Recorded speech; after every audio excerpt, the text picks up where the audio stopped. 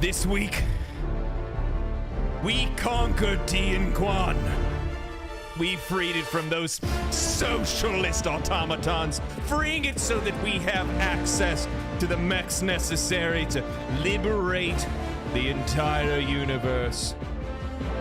Divers, we've had a successful week, but not only for Super Earth, but for Super Gaming as well. Dragon's Dogma 2 has released far more content for us to share, even a character creator. Final Fantasy VII Rebirth has been a fantastic change of pace. There's far more games, far more things, far more liberty, freedom to spread. So I ask for you on this faithful Sunday, on our beautiful Podcast Sunday. Take a moment to lay down your arms, grab your cup of liberty, and enjoy the show. Because today is our most holiest of days, the Just Gaming Podcast. Yes.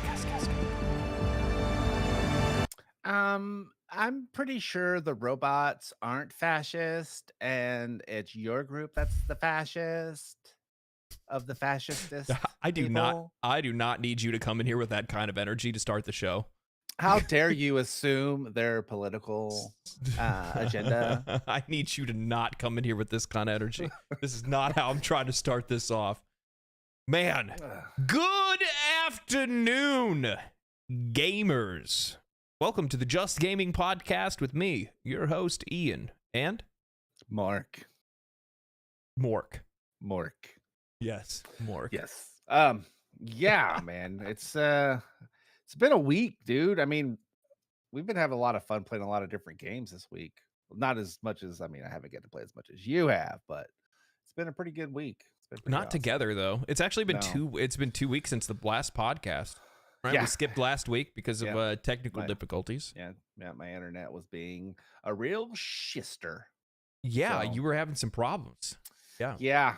It was hard to get on to do anything, so it made it suck really bad. So yeah, it's a good time. A good time to play single player games. It is a great time. I hate missing the podcast. I hate it more than anything. Like, yeah, it genuinely felt foreign, like all week. Yeah, it felt foreign all week for sure. Welcome to the podcast, everybody. Nice to see everybody starting to file in. Timmy, KP, Meta, Flop Man. I'm just gonna say that's what it is. Arrow, Andy Hall, Sinner, Anthony Lopez, Python Knight, Jax. We see all of you over on Twitch as well.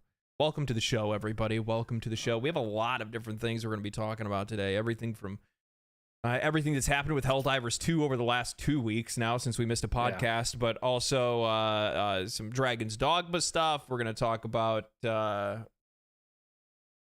what's that other? Final Fantasy VII Rebirth, and a bunch of other like random news and things like that as well.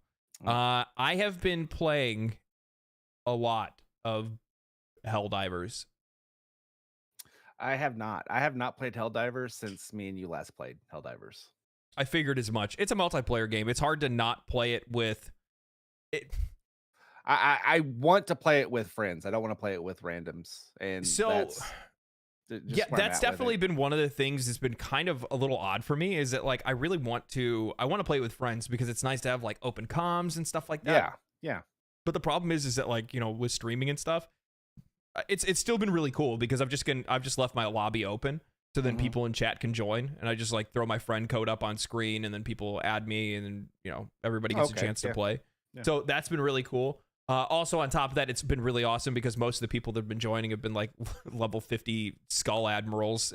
And I'm just getting fucking carried while I pay attention to chat more than anything else. But yeah, it's good. It's good. I'm definitely looking forward to your hours regulating and you being able to play some.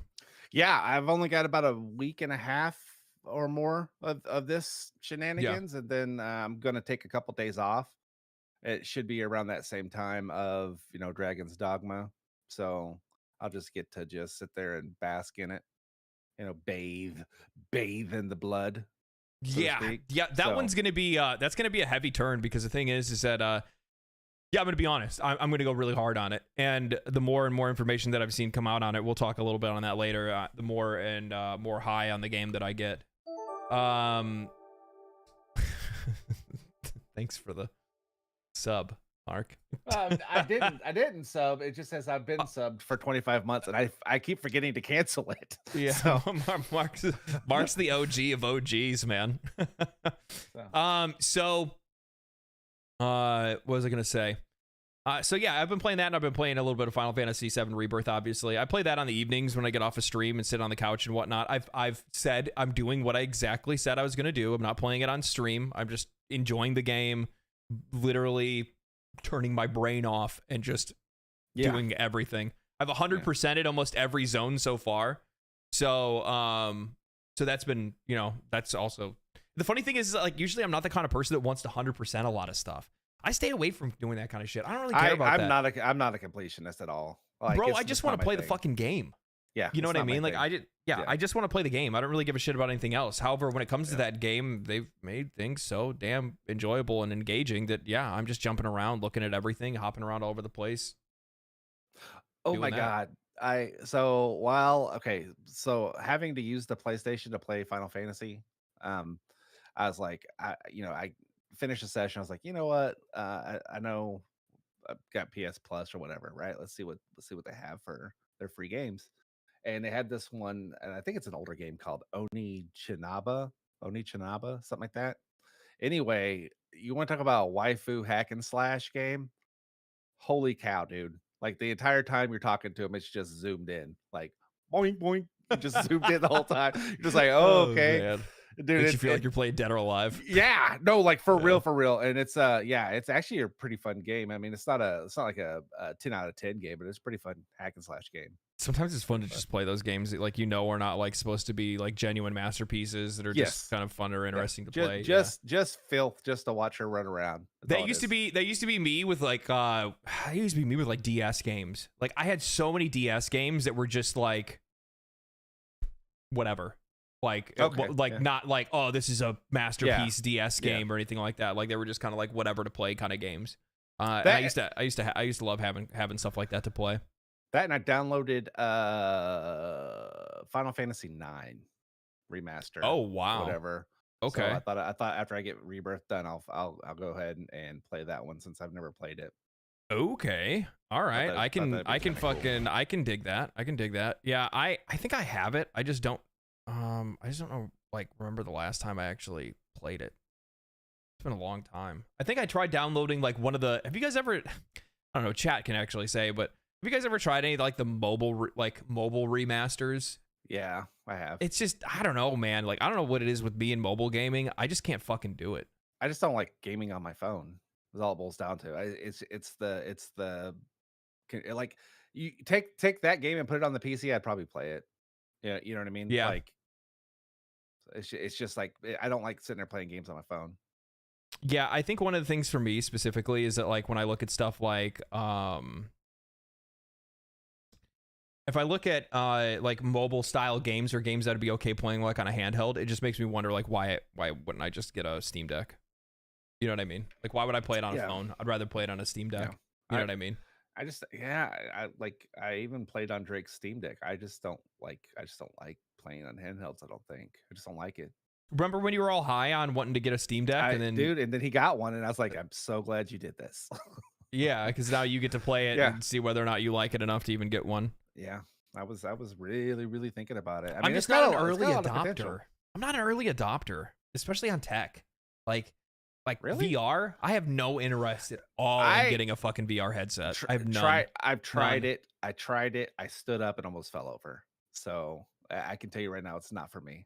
I talked about it on stream like a few weeks ago. Like, I'll wait until I can plug it into the back of my fucking head. Yeah. I'll wait till it's integrated into my body. I'll wait until it's like the futuristic version of hospice. Yeah, like the like the holodeck on Star Trek. Something like that. you know? Yeah. That's I'm looking for. Hospice. That got real dark. I know, but you know, it's like, you know what? That's actually not a. You know what? We need to go ahead and patent that, and it's a good idea. Start getting run on the ground. Be like, hey, we're gonna offer you this hospice care where we're just gonna plug them in, and they're gonna think that they are just stomping on mushrooms and breaking bricks. That's what they think they're gonna be doing. Yep. It's like a real life isekai.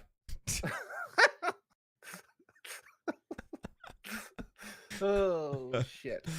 Oh man. Yeah, no. No, I don't know. It's just like because I've had a lot of people ask in chat, especially during like the last few live streams, people asking, they're like, that's an episode of Black Mirror. It actually is an episode of Black Mirror now that I think about it. Well, yeah, it was an episode. Thanks for shitting on our patent. I appreciate it. Thanks a lot, Hollywood. Yeah, thanks. So no, because I've had people ask, have you checked out VR? Oh, I love VR. And I'm like, I guarantee there's people that obviously like it, but I'm just letting you guys, pave the way. Yeah. I think I'm more susceptible to AR than I am VR, with what Apple's doing with their Vision deal. It's more of an AR. I mean, it's got VR as well, but it's more of an AR experience. Yeah. I can handle that more because it doesn't make me get sick. Did you see fucking homeboy from Facebook made a video in response to showing how theirs I thought theirs better. Would be so much better, and it's not. Yeah. I don't have any dogs in this fight, so I can say that. Yeah, whatever, but at the same time, the thing is that technically actually their product does work better. Yeah, I'm not saying it doesn't, but that's just okay. That would be like the founder of McDonald's coming out and be like, "Hey, you know what? I thought Burger King might be better, but it's not. It's weird." I don't know. This is kind of crazy. This Burger King burger kind of tastes like shit, especially when you're having it right next to this Big Mac. Yes. Okay. It's killing me. I mean, he low-key dropped, he said our quality's better, the hardware's better, and we're cheaper. Yeah. It's weird. He was shocked. You know what the funny thing is that not in most times you really don't see a lot of CEOs standing behind their products. No, or trying to be a representative of their products. I think a really good example of that has actually been Helldivers too. Their CEO has been probably I would say him and Sven Vinka have been so damn transparent when it comes to their their product or how they approach their audience. Yeah, Todd Howard's another one that he does a really good job of being transparent. Yeah, he does. He never oversells anything by 16 times. So no, not at all. Not at all. So anyway, let's talk about some games, man. Where do you want to start with?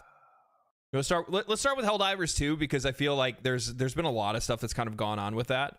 And yeah, I mean, there's some stuff I missed. There's a lot that I caught, but I imagine you're gonna fill me in on some of the nuanced stuff of it. Yeah. So one of the more interesting developments. We can talk about some of the drama and stuff from the earlier part, or from the earlier, from this week and stuff like that too. But just kind of recapping some of the stuff that's happened with them. We don't know exactly what these sales numbers are for Helldivers 2, like current sales numbers. And well, I mean, if you go off concurrent players off of Steam, you can kind of get an ballpark, but that's only half of the story, right? Well, it's less than half the story because the thing is, what people really don't put into context when you're looking at Steam numbers specifically is that you're not looking at oh, should I didn't full screen that? There we go. When you're not putting into context the Steam numbers, it's 400,000 concurrent players, that's cool, but what you're not realizing is that 400,000 concurrent players are players that are constantly replacing one another. Yeah. Right? That's not just there's at one point there was 450 people online or 450,000 people online, but during that time those players were constantly being replaced by players that were leaving, and because of that, a lot of people don't. Can't you do it from peak though, or is peak just strictly based off concurrent? But that's just the most players that were on at one point. right? Okay. But you have to think about it like over a whole day. If like right now where Helldivers 2 usually sits is it's about 350,000 players that log on. And that's usually like the kind of like the baseline during like normal peak hours for gaming. Hours, okay. And then it'll peak up even higher than that usually. But the game has remained very stable. And Paul Tossi over on Forbes wrote an article. And I talked about it in one of my videos earlier this week. But one of the interesting things that's going on with that game is that it's only in the month of its release, it's only seen a 4% drop in players. That's really good. And one of the things that they're finding really interesting, at least on the financial side of it, is that sales for the game are not doing a normal like decay curve where usually it's like big at launch and then it kind of sways down. This is an honest to goodness like kind of like a stock more than anything else, where it's like it's going up and then it's like kind of hockey sticking and then it kind of goes up a little bit more and then it just kind of chills out and evens out a little bit. As the game continues forth, adds more content and more players are playing it, it's only growing in popularity. Yeah. I don't know. I mean, the thing is what I was saying that you can kind of get an idea off of concurrent players is you can take that number and multiply it times the dollar amount, and at least that's at least the base amount that you know that game made, right, sales wise. So at the 200 or 350,000 peak, you're talking $14 million. Right, but the thing is, that's not like the full story though. So I'll use this as an example. Baldur's Gate 3 has sold over 10 million copies. That's amazing. So Baldur's Gate 3 has sold Diablo 4 numbers. Yeah, okay? That's amazing. So with that said, the peak concurrent player base at one time for Baldur's Gate 3 does not reflect 10 million copies sold. Yeah, not even close, not even in the ballpark. Yeah, so we wouldn't even really be able to get to that kind of number using concurrent player numbers. I know that I think they said in their first week they sold a couple million copies for Helldivers 2. But I'm really interested to see like what the actual numbers are, because I mean the game is fucking popular. It's booming on PlayStation. You have Xbox players that are I didn't know port begging was a term. Yes, it's a term. And it's usually always Xbox players. Poor bastards. Poor bastards. But to be fair, it's also us PC people too. We port, but yeah, of course, because we think we should have had it to begin with. That's right. Well, you made it on a fucking PC. Why don't we have it? Yeah, it's. I'm just saying. Yeah. So yeah. I mean, but I get it at the same time. I'm sorry if I was a Xbox only player and I saw people playing this game, I'd be like, why don't I have this? Yeah. Well, they didn't say that about Pal World though. No, of course not. Why would they? They'd rather just rub it in people's faces instead. But that's also partially like PlayStation's fault because they don't allow early access games. Yeah, that's true.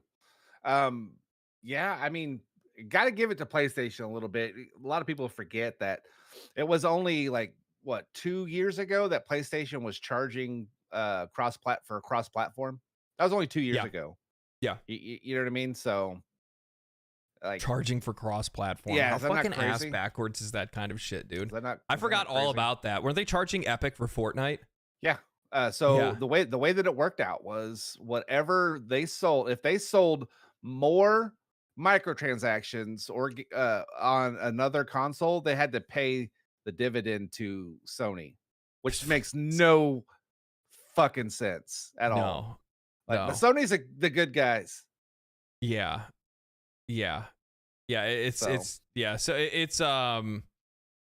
That's just like console nonsense to begin with in the first place. But yeah, and the crazy thing is that like if this game was multi-plat, like it would actually be doing even better than it already is, which is crazy to think. Well, here's the thing: is Sony's going to either be in two fields on this. They're they're going to keep it on their console to sell more consoles, or B, they're like, you know what, we can make a shit ton more money by going on Xbox. So here's my question: how much more money would they actually make? Because this isn't a true console exclusive, or it's just a PlayStation published title. Yeah, so it's exclusive to the PlayStation console. Right, but it's a published Sony title, so how much more money would they make if it went on multi-plat?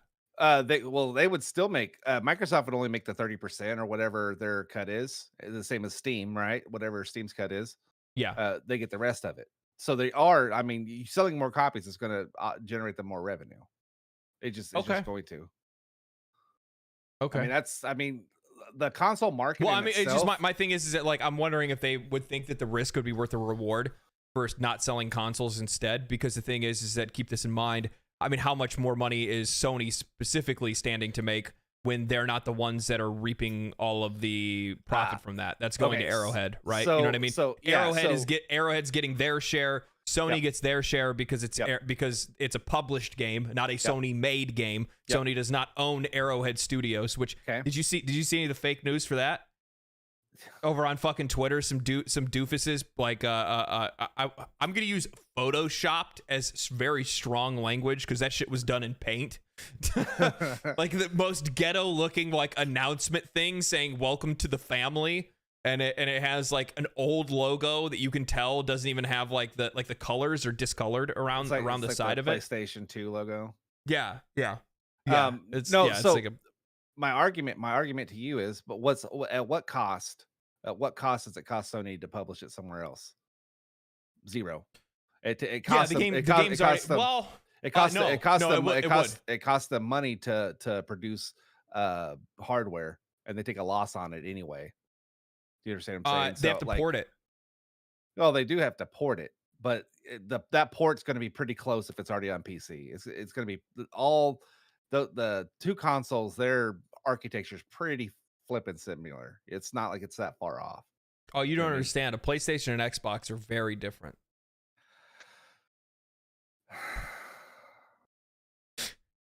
But the cost of them porting it is a lot cheaper than it would be for them to just try to bank off of hardware sales. Yeah. Because that's a gamble. You know you're going to sell copies of the game. You don't know how many consoles you're going to sell with a title like this. And the console market it's peaked. It's saturated. It's not growing. And you can research it and do everything else. It is just not growing. They've hit their saturation with this generation. Well, I mean, and Sony's talked about that specifically, right? They said we're just not selling a lot of consoles right now. That's the reason why their stocks fell super hard. 10 billion. It's not that bad. No, it's not too bad. I'm gonna grab my water. Continue. 10 billion. I mean, it's just like chump change. I don't know, but yeah, I think with that market being just kind of plateaued, that's why a lot of these developers are looking at going into doing their exclusives on other consoles. Like, they make all their money off software. They don't make their money on hardware. They make their money on software. And that's why, like I said, Microsoft, and not Nintendo so much because they're smart. And then Sony, they're looking at putting their stuff on different platforms. They're going day and date. Ghost of Tsushima is coming out in May, which I'm going to buy it, even though I beat it on PlayStation 5. Yeah, I saw a lot of people really celebrating that. Dude, that game is so sick. So Helldivers 2 has continued to grow. It's continued to gain more players. We kind of knew that was going to be the case, especially with a game that's like as addictive and fun. And dude, it has all the right elements for a fun night with the bros. It just does. So there's no getting around it. It kind of I'm going to be honest with you. It actually kind of goes even further than that, because one of the things that I think is really interesting about Helldivers 2, and I brought this up in a couple of different videos, but I haven't really talked about it too in depth, is that not very many games know how to, I don't know if it's it's purposeful for sure, because there's like memes and things like that are generated around the game, but there's a sense of community building that happens outside of a game like this because of its narrative and because of its themes and everything. Okay. And as a result of that, you have players that are getting players are like getting pulled together. You know what I mean? In a way that I haven't seen since fucking Halo. Yeah, I'd agree with that. And even to be honest with you, maybe even stronger than Halo. I don't know. No, you're not. You're listening to it in the wrong way. I'm not saying better game than Halo. I'm not saying better game. I'm not saying more impactful or anything like that. I'm saying that in a community building sense, this has a stronger ability to build a community around it, specifically because of how the narrative is shaped. We are actively fighting a war together. Okay, yeah, that's fair. That's fair. And it's not even like it's not a fake war. I mean, it is because it's a video game, but it is like our effort. Real. So I'm gonna give you an example. Okay. You missed it, so you didn't fight, which makes you a lesser human of Super Earth as a result. But that's okay. You can be forgiven. You'll pay for your sins eventually. But this last week, we got a major order. Hey, there's automatons are attacking a mech facility where we're building these mechs for battle, and we need you to go and free it from the automatons that are attacking it. We went there as a community. Mm-hmm. I looked at the numbers. At one point, there were 350,000 people on one planet doing mission after mission after mission, trying to liberate that planet, fill that planet's health bar back up, and liberate it completely. Once we liberated that planet, we got mechs in the game. The next day, when the major order finished and we were successful, we all got credits. We all got medals for participating. Yeah. And that day, we all got free mechs as an instant call-in, as well as the ability to be able to buy mechs from the stratagem menu to have them unlocked permanently. Nice. A month from now, a year from now, we were the ones that unlocked mechs in Helldivers 2. Nothing will change that.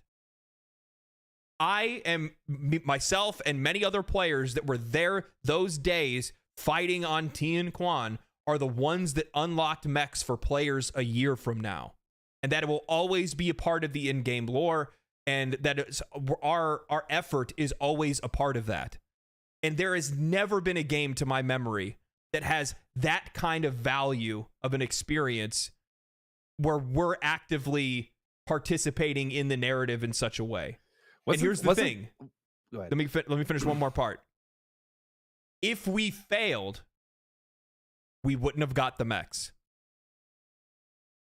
I'm glad y'all. There would have been another. I'm glad y'all did it for me. There would have been. It's like, obviously they would probably later on there would be another, like maybe it would delay the release of the mechs in some way. And they would be like, oh, well, here you guys can like try, like they'd probably give another major order, and then maybe, one after that, then we get another opportunity or something like that to liberate it or something like that.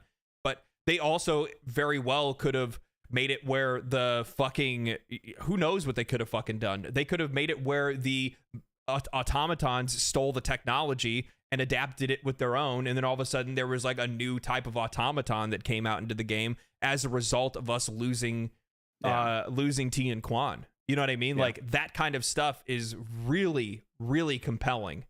And it does something for a community that I don't think another game has. And I think the way that this game is handling its live service part of it, like adding stuff like this, I think is what's gonna give this thing legs for years to come, to be honest with you. It just, like, they're handling all of their stuff well. The microtransactions, all of it, they're handling it all well. The content, it is pretty amazing. But wasn't there an MMO? I can't remember which one, but wasn't there an MMO that one group had to do something before it would unlock for everybody else to be able to do? I mean, I'm sure other games have probably attempted it. Something like I'm that. I'm not necessarily trying to say that no game has ever tried to do something like this, but I don't think that another game has pulled it off in a way that this game has, where it actually worked the way that it needed to. Yeah. You look extra handsome today, by the way. I'm just reading Twitch. Yeah. Thank you. Appreciate that. Yeah. Yeah. After the battle of Marathon or the Creek veterans. Yeah. And that's another thing too. Where, like, just as an example, like, we lost a battle. We lost a fight. Mm-hmm. One of the first major orders we got was to free Malevelon Creek. It's quite literally It was quite literally like space Vietnam. Like it looked like Nam, and it was fucking hell. It was hard. The bots were fucking horrid, and you would die every 5 seconds. It was bad. It was really bad. And now as a whole like thing, because of that, you have all of these players that, you know, there was like propaganda posters that were getting posted that were like, you know, spill oil, take down the bots, things like that. And now you have people that even have like patches that are like, you know, Creek veteran, things like that. You have a whole group of people that now, you know, once a major order is finished, they just go back to Malevelon Creek. Even though there's no major order to do it, you still have people that are trying to push to liberate Malevelon Creek because of the lore that was created in the community around that. And that creates such a very strong community of players that want to continue to play with other people, want to get to know more people within the community, and continue to engage with it in a way that I just haven't really seen other games pull off in a way that this game has. Yeah, it's been a while. So with the nerfs, I understood. I mean, you started off your rant with the nerfs part of it. I understand the point or the reasoning behind doing nerfs, and the main reason is as a gamer, you don't think of it this way, but as the curator of that game, all right, well, what's the most boring thing you could do? Is do the same thing over and over and over again. So if I'm using the same loadout all the time, same gun, same everything, the game never changes. Now it's all on the game developer to just present you with new content that you're going to play the same way, right? So you're going to end up getting bored. And I get them changing the meta a little bit so that it's a little bit more varied, maybe a little more challenging. I get it. So I wasn't like, when I was reading about it, I wasn't all that like upset about it because I wasn't even using that meta, right? Where I get like this, like any type of online game, be it PvP or PvE, you'll always have a group of people who will kick you or ban you or won't let you play with them because you're not using the guns that they want you to use, or this or that or whatever. And that's where it gets kind of, you know, that's when I don't like it. That's when like you can't fix that. You can't fix that part of the game because there's a meta to it. That's one of the problems I have with ARPGs, is you get a meta build and then you're just playing the same build over and over and over again. Yeah. And so it just gets boring. And I commend Arrowhead for taking the steps to change it a little bit and adding new content into it. I think that's a good thing. And the community, I think as a whole, took it okay, but you know, the squeakiest wheel makes the most noise, right? Yeah. So I mean, there's a lot of ridiculousness going on out for out sure, in the world. for sure. Believe me. Well, the thing is like I had a stream right after the balance changes, and you know, people didn't really like my take on it, my balanced fucking diet of a take, where I'm just like, look, you know, there's going to be some things that you're going to disagree with. Shock. How many games have you ever played that had a balance patch that everybody unanimously got together and said, oh, this is the greatest thing ever? No, that doesn't fucking happen. Every single game, anytime there's a balance patch, you're going to have people that are upset because their favorite weapon doesn't work anymore, and the weapons they suck or aren't interested in were the weapons that ended up getting buffed. And I think specifically the biggest issue, the reason why a lot of people were really up in arms, was mostly because of one of the developers that was pushing back at their anger, right? Which personally, I think the developer was in the right, because the problem is that like the community's trying to push them to do something that they don't want to do. Yeah. And we talk about this all the fucking time, about how we want developers to be more transparent. We want developers to act like real people. We're sick of hearing all of these PR lines. We want developers to have creative freedom. And the minute that they do get that creative freedom, well, the next thing we know, all of a sudden we're like, we start getting clutching mad. our pearls. Oh God. We start getting mad at the things that they say. And now don't get me wrong, the other deal is that like he definitely said some shit that he shouldn't have said. Oh, you're talking honestly, okay. There was just the one line when I was reading through some of his stuff. There was the one line that I wish he didn't say, which is that he was doing it on, like, at this point, he was doing it on purpose to piss people off. That was the one thing I wish he didn't say, because it was a very Redditor thing to say. And I'm like, you're a fucking mod somewhere, aren't you? Because like that's just like the fucking like childish, immature thing to say. You could have all the other things, the skill issues, we want this game to be a meat grinder. We want it to be the most difficult as possible at higher levels. I want that game. I'll be honest with you guys.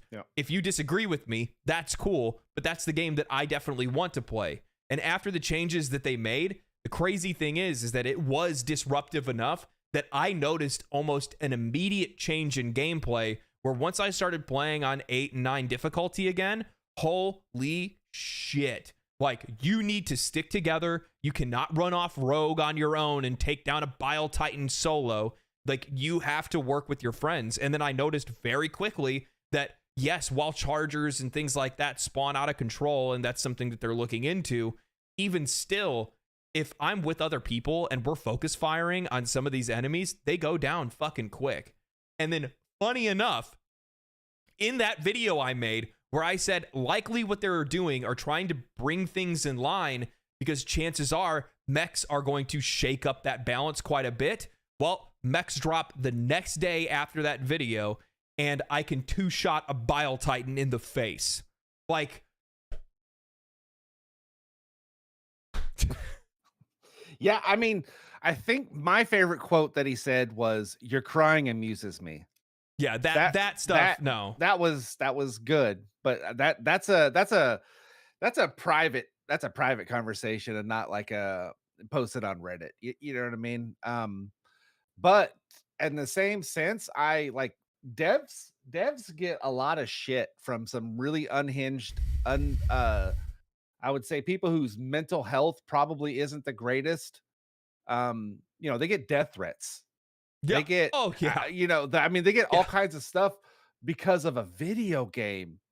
And then when they come out, and it's like you poke the bear, and then you get bit. And you're like, oh my God, why are you doing this to me? Sabbath brings something up. It wasn't one of the developers that you're talking that quote from. That wasn't from the same dev. That was from a Discord mod. Oh, my bad. Which, I mean, that's kind of comes with the territory.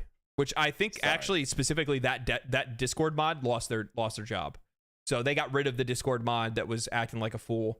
Gotcha. And then that's the direction that they went on with that. Gotcha. Now I still see some people even in chat that are talking about, oh, well, the spawn rates. Well, at the same time, like, the developers have already come forward talking specifically about the spawn rates, health pools, heavily armored enemies, things like that. They're looking into that kind of stuff. So it's like, I understand people's frustrations, but like, when the company already says, hey, we're looking into it and we're working on it, like, I mean, if you want to continue to be mad about it, you can, I guess. I mean, they had to have known immediately when they started, like, their spawn rates and health rates for the robots have been janked since launch, right? If you look at the majority of where people are playing, they're playing against bugs instead of the robots. Yeah, this is what they were doing. Yeah, and so I mean, they're not playing the robots because it sucked. It was hard.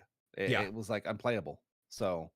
I brought this up as well, and there's some people that really didn't like this take. And to you, if you don't like this take, I'm sorry, you're soft.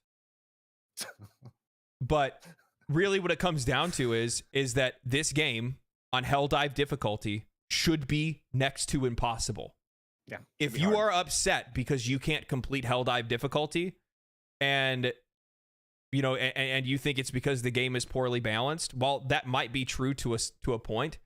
I think that there is a bit of ego more than anything, where players do not want to be told, hey, maybe you should be playing the game on a lower difficulty. What do you mean? What do you mean? Well, not every difficulty is made for every player. Yeah. And most players do not want to hear that they're not good enough to play on every difficulty. Oh, this generation, I cannot wait till you guys get older. Like, it just happens overnight. It happens overnight. Your skills, they just They just lessen. They just lessen and lessen and lessen, and then you're stuck playing turn-based games on story mode. On story mode. So like it just happens, bro. Like you're not 15 anymore. You don't have like the eyes of an eagle and the reflexes of a rattlesnake. It just doesn't happen. Okay? No. You don't see any 45-year-old pro league gamers. I'm just saying. No, you really don't. You really don't. So I like, obviously there is some ego that has to do with this, because players just don't want to be told that they have to play on a lower difficulty. But I think the game's fun. The game's fun. I mean, I get it. Like when we were playing with all four of us, when we were playing the lower level stuff, it wasn't as fun because it wasn't much of a challenge. We were literally just running through it. You know what I mean? Yeah. And like you want to be challenged, but when it's like that, we would have like what our group was doing. We'd have two people who were sticking together. Generally, it'd be me and Ryan, and then y'all two would just like squirrel out and go do something else, right? Yeah. And it just, to me, that's just, I mean, I don't know. I think on higher level difficulties, that's just not how you're supposed to play the game. But I do think that in some cases it actually is, because like looking at some of the like how you play the game, right? There's a ton of side objectives, bonus objectives, a shitload of samples and things like that you can find all over the map. You're probably going to want to split, but splitting into single person teams is probably not the way. And the other thing is to keep in mind, thank you for the follow over on Twitch, by the way. One of the things to keep in mind is that there's only so much that you have to deal with some of these monsters. And something, I didn't even realize this. I literally just figured this out through stream the other day. Somebody ended up telling me that after the 15-minute mark, more monsters spawn. So you are on an that makes sense, because like it's generally about the time that you're about ready to extract, and then there's just like this huge like exactly. So like you have to be quick about things.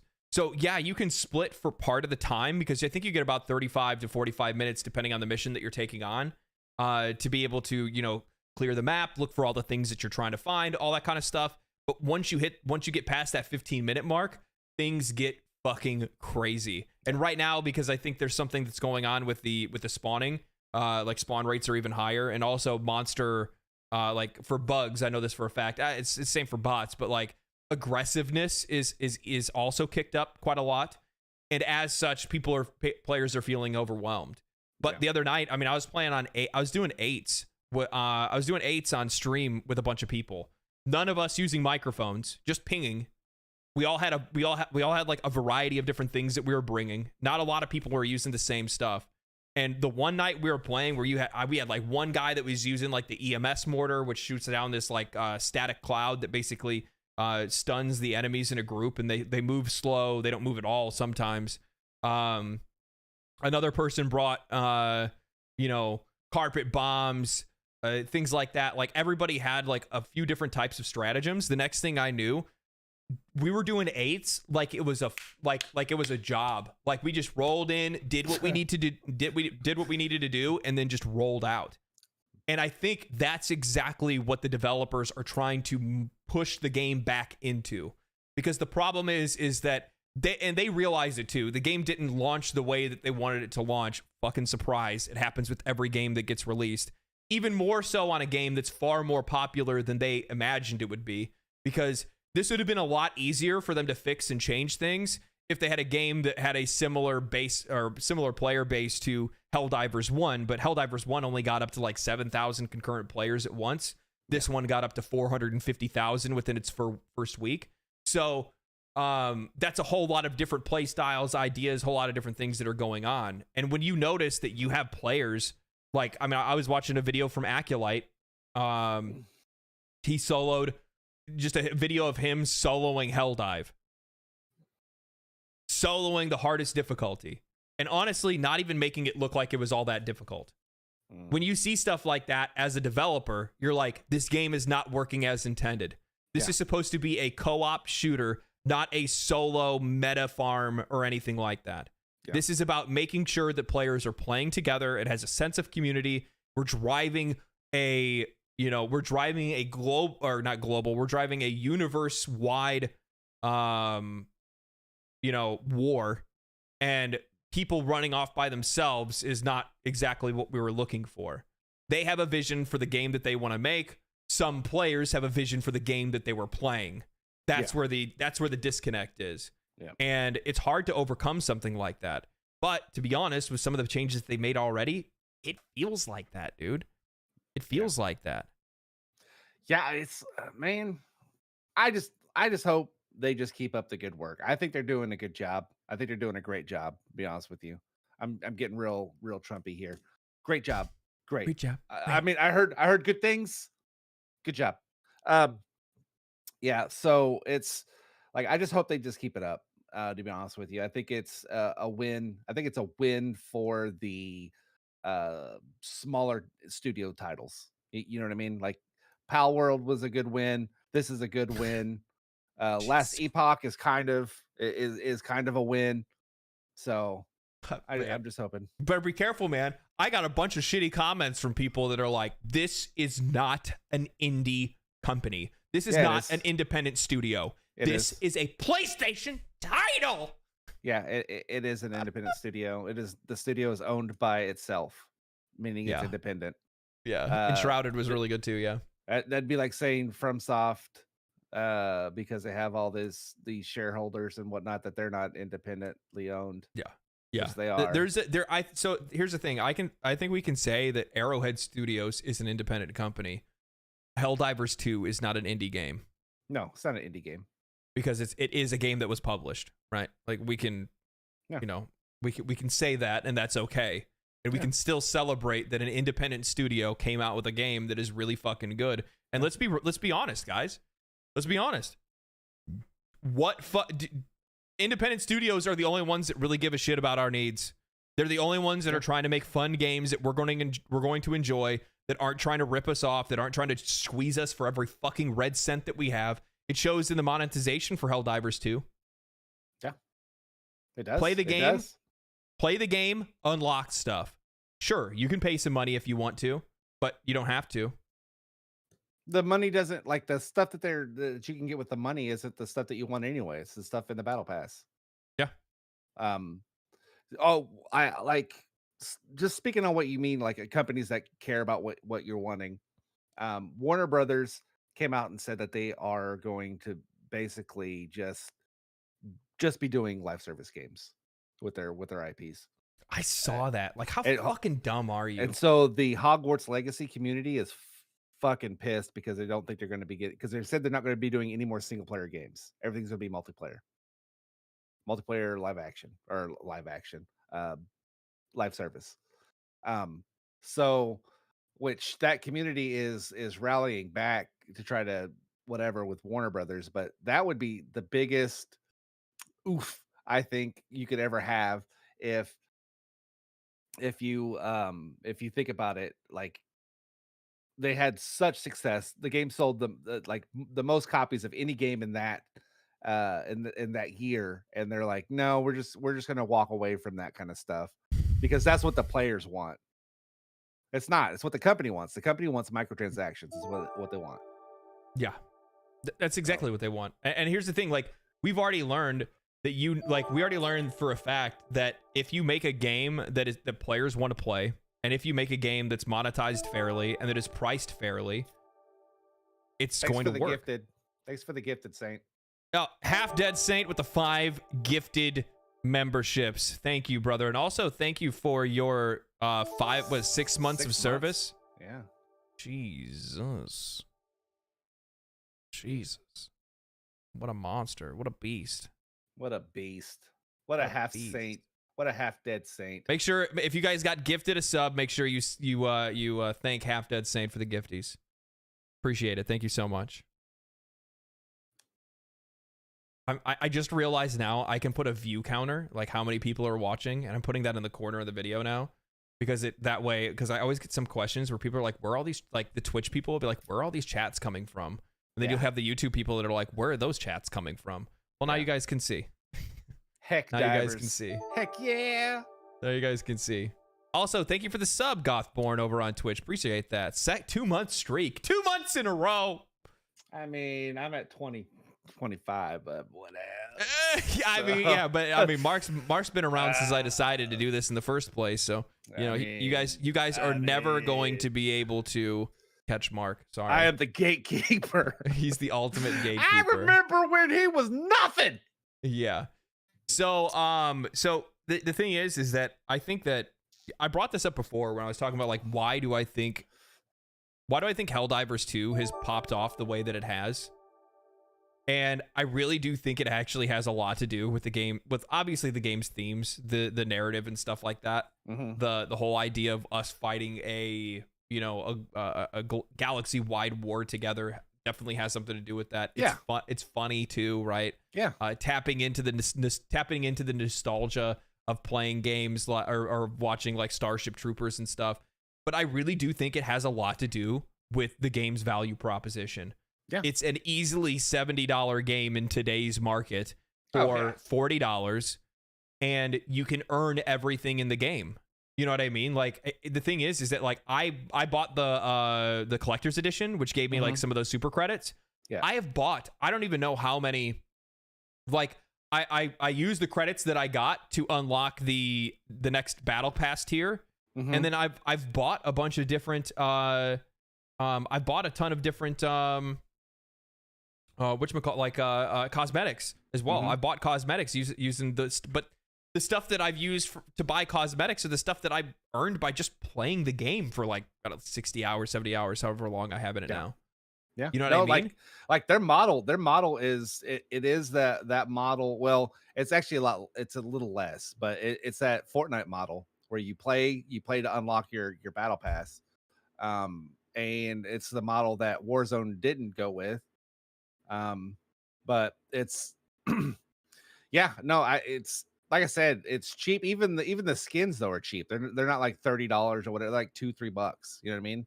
Yeah. So it's not like it's anything crazy. So I think they're doing it right. I think the success, like I said, if they just keep it up the same pace that they're going right now, this game's gonna blow. It's just gonna be crazy. You know, so there's one thing that a lot of people aren't paying attention to. I need to handle these two as well. FTW, thank you for the 3 months of membership. Appreciate that. Love the podcast and the videos. Keep up the good work. Thank you very much. And then also the Nerdoc saying that the true meta for Helldivers 2 is comms and pings. The rest is irrelevant. With the $4.99. Thank you for the $4.99, and also true and real.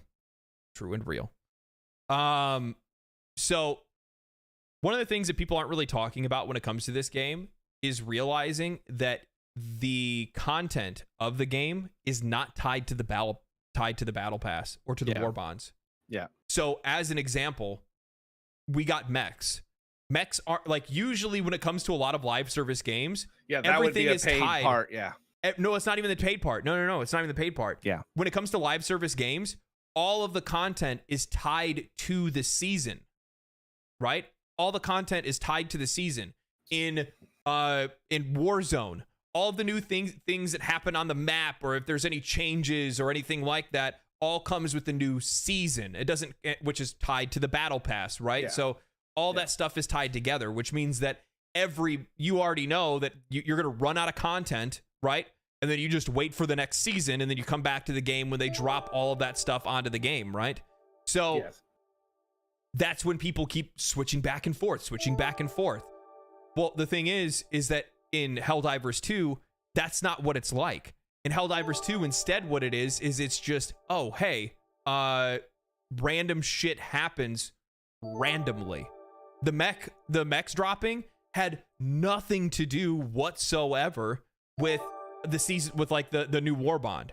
You know what I mean? Yeah. It technically came a week before the new war bond even came out. So that tells us that new content for the game is not tied to the paid content or to the free content or whatever you want to call it, to the seasonal content that comes with the game.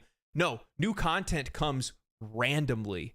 And that's something that players are really going to click with, because they're going to go, oh shit, I need to go and I can just play this all the time, because chances are next week something could fucking drop. You know what I mean? Doing next it with week, events is smart. Exactly. Yeah. Instead of it always revolving around this entire like, oh, the new battle pass is out. Come check out the new map. Come check out the new modes. And then that's the feature for the entire season. And that's the feature for the entire season. And then they flip it back another time.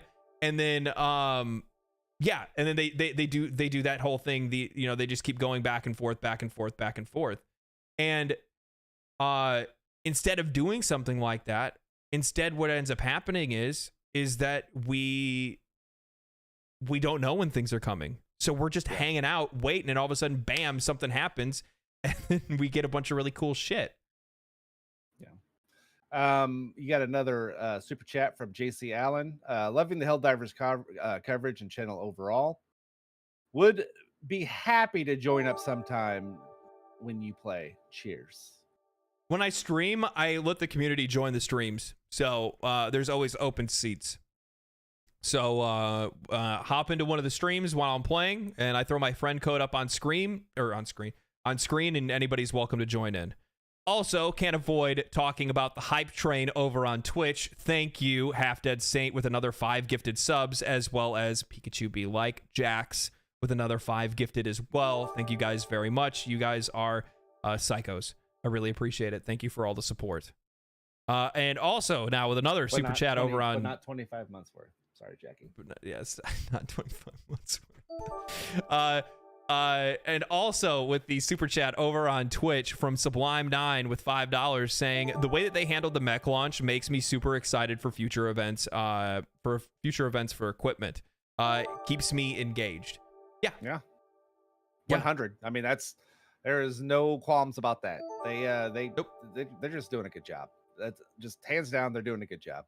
Except for apparently their Discord mod and some cheeky devs. So I mean, but you're gonna have that, and the thing is that when you have a game that has this much transparency with the audience, a game that has no problem reaching out directly to the audience, telling them what they're thinking, what they're feeling, what their plans are for the future, you're going to have some of these issues pop up.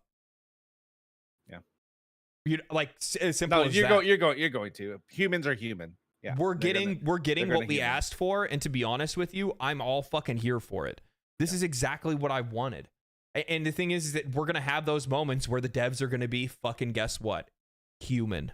Oh yeah, right. God, would you guys rather go back to Diablo 4 campfire chats? Battle pass, battle pass, battle pass. Well, the battle pass, where it's coded in a layer of fucking. I forgot Diablo even had a battle pass. Yeah, I know, but. Where everything they say is coded in a layer of fucking, monetization and marketing speech and the right way. The right way. The right way. The right way. Goth, I just gifted a sub to Darth Microtransactions. Goth with the 5 gifted subs as well. Yeah, why? Is Darth fucking lurking? He probably is. I wouldn't doubt it. I was watching him earlier.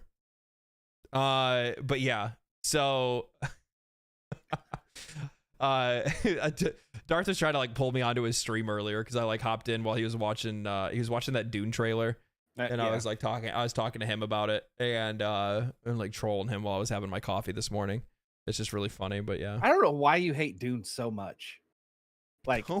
Dude, you fucking do. Every time I bring it up, you do this face. You go, every time, exactly, just like that. Every time I'm like, dude, that new Dune game, you're like, oh, do we both have eyeballs? What are you talking about? It's like, I'm like, I guess we got different kind of eyeballs. That's all I gotta say. I don't know what you like. So you watched the Dune trailer and you actually got excited? Yeah, I did. I got excited the first time. I've got receipts from podcasts from a time long ago that I can pull up where we talk about how excited I am for this Dune. And you do that face right there you're doing right now is the exact same one you do every time because you're a Dune hater. You're a Dune hater. I'm not a Dune hater. You know what I'm a hater of? All right. Let's fucking outside of Star Wars and GoldenEye. What other games based on movies worked? Out of those, Mad Max. I mean it did. I mean, it did. Batman. Were those based on the movies? Yeah. Arkham Knight? No. The previous Batman Returns on the old. I think it was on Genesis. Was a good game. Okay, see how far I'm talking. Okay, but you're just saying. I did bring up GoldenEye, so I guess that's kind of an easy win. The Mad Max, love the Mad Max game. Yeah. Is this a fucking L take that I think that when Hollywood gets involved with games that it just doesn't work out all that well? And I think a lot of games that are mostly based on I guess there's Hogwarts Legacy, right? So like that was pretty good too, right? But that wasn't really based on a book. That's based on a book. So it's just like I feel. I mean, though technically Dune is based on a book too, but I feel like they're really trying to capitalize more on the cinematic universe right now than they are the book. They are. But I'll be honest with you. Like look, man, I watched the preview. I watched the whole fucking whole lot of fucking talking, not a lot of gameplay. We're excited to show you some gameplay today. Yeah. Oh, look at all that crazy gameplay they showed off, guys. Dude, crazy gameplay. Yeah. Yeah. It looks like a lot of fun. Lord of the Rings Online? Is that based off of the movies or is that based off of the book? Aren't the movies based off the books? Wouldn't that be the same thing? Or is that like a copy of a copy of a copy? Yeah, because then it kind of gets watered down the further you go back. A lot of Marvel games as well. Yeah, they ain't based off of shit. The Marvel games are not based off of the cinematic universe. They're just based off of the comic book character. They just take the character and then make a game. You know what I mean? I don't think the recent Spider-Mans are based off of the cinematic universe. I mean, that Kong game that came out late last year was pretty good. Yeah. I don't know, man. You guys can, if you guys want to chalk it up for an L take for me, go ahead, I guess. Dude, okay, actually, you know what? I could actually want to pull back everything I said specifically because Doctor over on Twitch brings up Chronicles of Riddick. That shit was fucking good. That shit, yeah. That shit was fucking good. Butcher's Bay? Butcher's Bay, yeah. That shit was good. That shit was good, dude. That was a good game. I'm just saying, chat, he's a Dune hater, and he is. I'm not a Dune. He is. What it is historically is a Dune hater. Okay, all right. You know what? I'll give you guys my full reasoning as to why I'm not excited for the Dune game. Because far too many times when people talk about we're making a Dune MMO, there's nothing about that looks like a fucking MMO to me. It looks like a survival game. It just looks like a regular survival game. It is a survival game. Survival MMO. It's an MMO. They call it an MMO. They say it's an MMO. They don't call it a survival game specifically. Well, it's a survival game that has a lot of people playing it. Yeah, but what does MMO mean to you? MMO means to me Final Fantasy 14, World of Warcraft. I get. You know what I mean? We're playing semantics here. We're playing. That's not a semantic thing. Players have an expectation when you call it a fucking MMO. Yeah. That's true. I mean, they called Diablo an MMO too. Did they really? Yes. Yeah. It doesn't even have trading. I mean, yeah, it is. It's more to Rust than it is to an MMO. More, yeah. Is Rust an MMO? I think that's a really good example. Technically, that's what I mean. Are we just calling it? So here's the thing. It's the difference between calling something a massive multiplayer online. So, okay, well then fucking Helldivers 2 is an MMO. I think if it has a persistent world, you know what I mean? That you come into that you're building, I would consider it to be an online game. I don't know. Maybe I'll eat my words and the Dune MMO is going to be, and then there's MMO and MMORPG. Yeah, I mean, I guess that's true. That's true. Valheim is an MMO. Is Valheim an MMO? They actually, did you see the Valheim MMO that they're making? Somebody made a fucking, they modded. No, yeah. I didn't. Oh, dude, it's fucking cool. I'm super excited to give it a shot when it's all done and ready to play. Basically a group of modders got together and they made a static Valheim that has a class system like barbarian, wait. Yeah, wizard. I did see that. Yeah, I did. Yeah, that looks pretty sick. It does. And to answer in the chat, Sly Too Smooth, are we playing Dragon's Dogma in 10 days? Absolutely. I am playing Dragon's Dogma in 10 days. Also, I skipped past another membership from Drunk Canuck. Thank you for the membership. Appreciate that. As well as Half Done Saint with another super chat saying, "Well, I didn't think was going to start a hype train.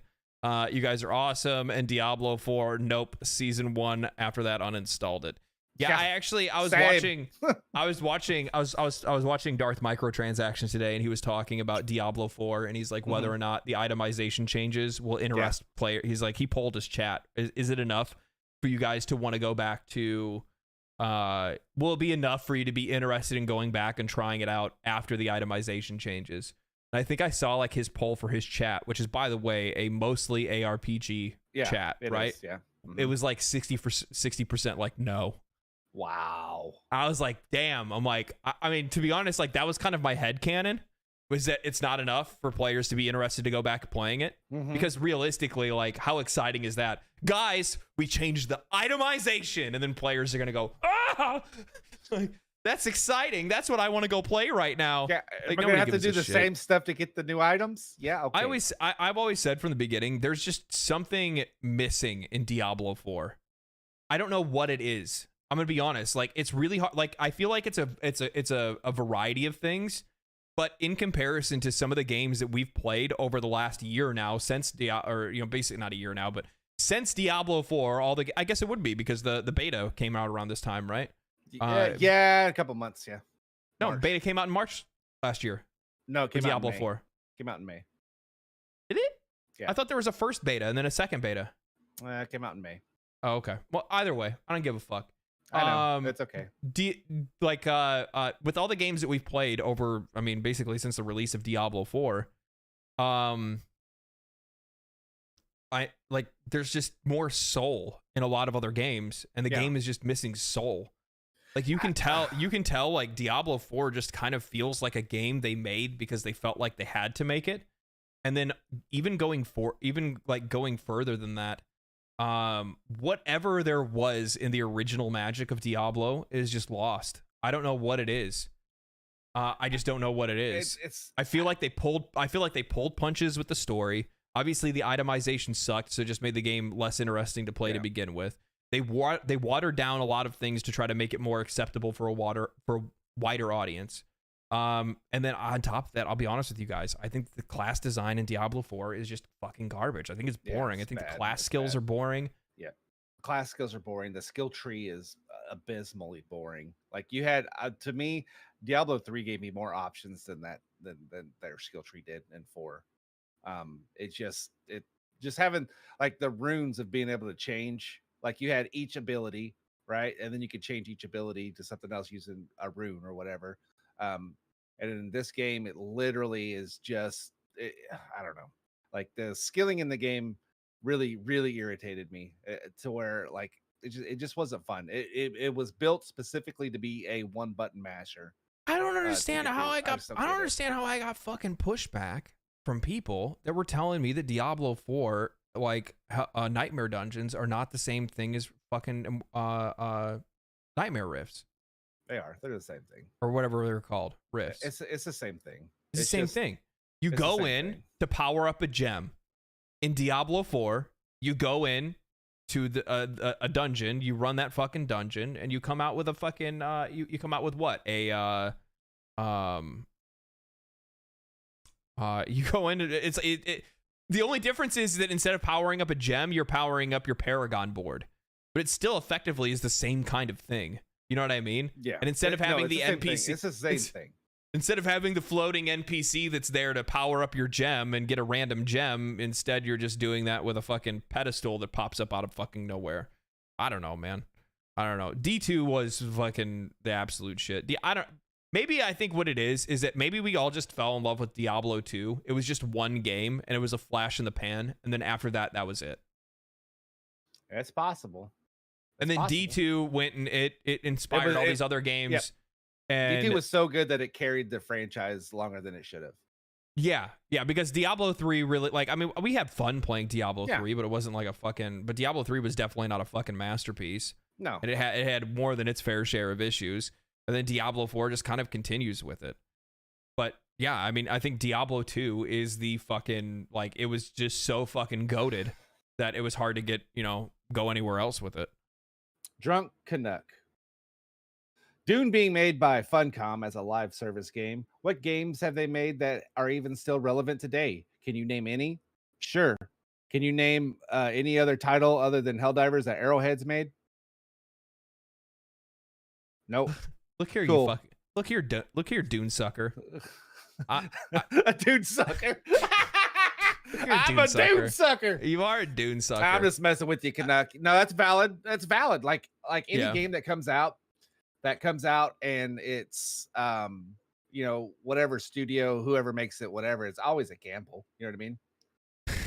So it just is what it is. You see how defensive he gets over Dune? Jesus. Dude, I'm telling you. He's like, don't talk about my Dunes like that.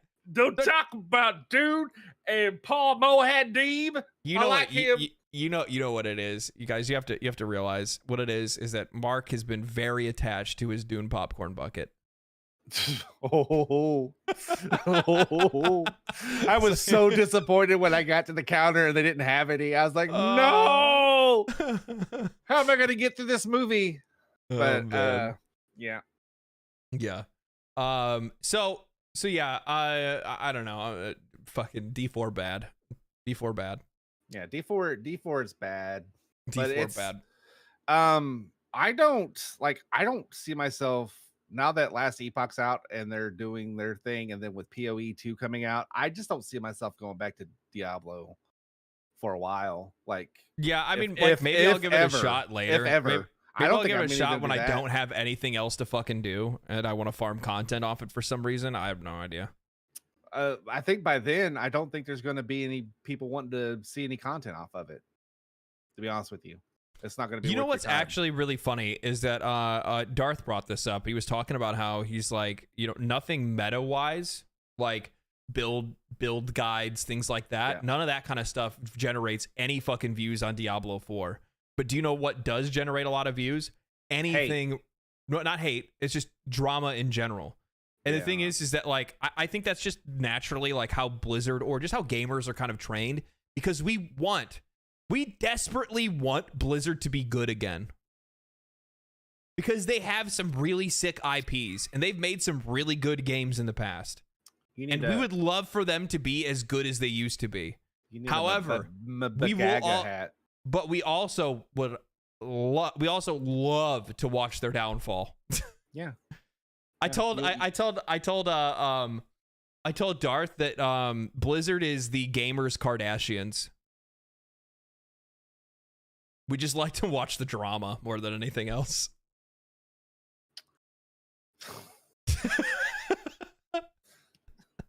We just like to watch the absurdity. That's it. Just out of touch. Tell me I'm wrong. Just out of touch how they are. Yeah. You need a Magaba hat. Make Blizzard great again hat. Start wearing it. Yeah. So, let's talk about Final Fantasy VII Rebirth a little bit. Yeah, how have you've been no playing spoilers. How many hours have you got into it so far? I don't know how many hours, because I don't even know where to track that on PlayStation, to be honest with you. It's on your save data, on your save file. Oh, okay. Right, it'll tell you how many hours you played. I'm on chapter 7. That's where I'm at. So no. So I made it to the reactor where you see the first beast with the big materia in its belly. Oh, you're not far behind me. So, yeah. Hey, you're not far behind me. I got to the golden saucer, which is right after that. Yeah, I haven't done that either. This game is amazing. Okay, it's a huge, fucking good, dude. It's a huge game. My only knocks on this game are because it's on PlayStation. In all honesty, that is my the performance mode is super muddy. The 30 frames per second is unplayable. But the game itself, like I can work through it because the game's that good. The game is just really, really good. Yeah, we're not going to talk spoilers or anything, by the way. No spoilers. No spoiler discussion. Just in general, just kind of talking about the game. Just how we feel about it. Yeah, I think the combat feels so good. It feels so much better than the first one. Like I stopped playing the first one. I think I got maybe 20 hours in the first one. And do you have any idea how fucking upset I was to hear that you didn't finish Final Fantasy VII Remake? I saw your little meme you sent me. It's all good. It's all good. You know why? You know why it's all good? I don't feel like I'm lost at all. You want to know why? Because it has the story so far.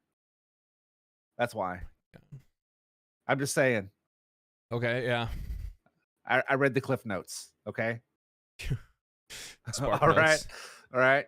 Yeah. But yeah, I think it's supposed to come to PC at some point. I don't think even though how much I love this game, I don't think I'm gonna buy it on PC. I don't want to reward them for double dipping me. You know what I mean? Yeah. So I'm gonna I wish this game gave me FOMO enough to buy it on PlayStation to where I didn't wait for it to come on PC, and I should have waited for it to be on PC, because this game for me would be a 10 out of 10 had I waited on PC. Yeah. Like as it is right now, I would probably give it a 7 out of 10. Like just for performance, you take 3 points away. Yeah, performance. That's the reason why you're not a fucking reviewer. There's so much there's so much beautiful stuff in this game. Yeah, it is really pretty. When you go to a cutscene, and then you go back to the smudgy, smeary game, you're like, what the hell? You know what I mean? It's like, yeah, you get consoled. Yeah. So I'm going to talk about the game without being a PC snob. To be honest, what ends up happening for me is that like initially when I went to go play it, yeah, I did kind of have a little bit of that like back take, like, I don't know, man. Like, I don't really like a lot of this. You know what I mean? Like there were some parts where you literally can see. The funny thing is the game would look so much better if you could just turn off motion blur. Yeah. But they don't have the option to turn off motion blur. Remember, they did the exact same thing with Final Fantasy 16, sorry. 16, yeah. They did the same thing with Final Fantasy 16 where you couldn't turn off motion blur, and then they patched it in like a month or so later. It was so fucking annoying. I was so mad. Or like a couple weeks later or something like that. It needs to come, like, for these console folks, they need to have more options to be able to customize their experience while playing. Not having the ability to turn off motion blur is fucking annoying. Yeah, it's just annoying. Now, with that said, my eyes adjusted after a while. Yes, I'm used to playing on a PC where I have a fucking million frames per second and I can see literally into the future, which is awesome. But with that said, I'm fine, to be honest. Once I've played for, now I've played for 60 hours or more or something like that. My eyes adjust. I don't really have too much of a problem with it. I think the game is gorgeous. There's a ton of like things that wait until you get to the golden saucer. That's all I have to say. And that's not any spoiler. It's fucking Final Fantasy VII. If you ever played the original or any other Final Fantasy, you know there's a golden saucer at one point in time, right? There's always some gamba, some fun in some games and stuff. But one of the things that I think that a lot of people are really going to fucking vibe with this game, especially for the folks that are waiting for it on PC, is the sheer amount of content. Like, this is like, we give AAA a lot of shit, but every once in a while, some of these AAA studios belt out a fucking gem, and you're sitting there going, why can't you do this every time? You just did it. Yeah, just do it again. It's so weird how vastly different the games are. Like remake to this one, it's like it's a vast difference. Remake to this one to Final Fantasy 16, like they are so vastly different. And while they are made by different developers and they're made by different producers and directors, I get it. But at the same time, like, you guys need to get some type of like, I don't know, foundation at the very least. Just go out to coffee and talk. Do something. Go out to coffee and talk. But one of the things that I have to say is that like this game is just so fucking content rich. There is so many things to do, and I'm usually, like I was talking about at the beginning of the show, I don't normally like, do everything in a game. I'm doing it naturally just playing Final Fantasy VII Rebirth because it's just so damn fun. The combat's fun. The combat is so much better than the other one. So I'll be riding the chocobo and I'll just like see something and I jump off to attack them and they're like, "Do we really have to fight these?" And I'm like, "Yes, it's fun. That's what we're doing." Like I am a sucker for combos involving your teammates. I have always loved when games give you the ability to do like finishers or supers or moves where you're actually doing it together with the teammates in your party. It's really engaging. It's really fun. It adds to the experience of feeling like you're in a party, and it's just awesome. It's sick. And they did it in a way that it actually adds an extra mechanic, because you have the ability to build up like a synergy bar to be able to do like synergy, limit breaks and stuff. That stuff feels really fucking good. All of the characters play incredibly unique from one another in a really holistic way that just feels fucking good, man. It looks really good. I really like using red. Like I really like using red a lot. Wait till you see that. That was the reason why I asked you before. I'm like, did you play the DLC for Remake? And you're like, no. I'm like, wait till you get Yuffie. Yuffie is fucking good. I've got Yuffie's her. I picked her up. She's a monster. Yeah. I mean, she, especially because like you basically, I mean, sorry, Aerith, but you don't really need Aerith because you could just use her because she can both do melee or jump out and be full ranged. And it's really nice. And she can literally just hammer down on and like pressure enemies with weaknesses and stuff like that. Yeah. So, no, it's just, it's so fucking content rich because there's so many different things you can go off and do. And the sheer amount of fucking mini games in this. And I'm not knocking. I'm not knocking the mini games, and I'm just not one of those people that generally play a whole lot of mini games in game.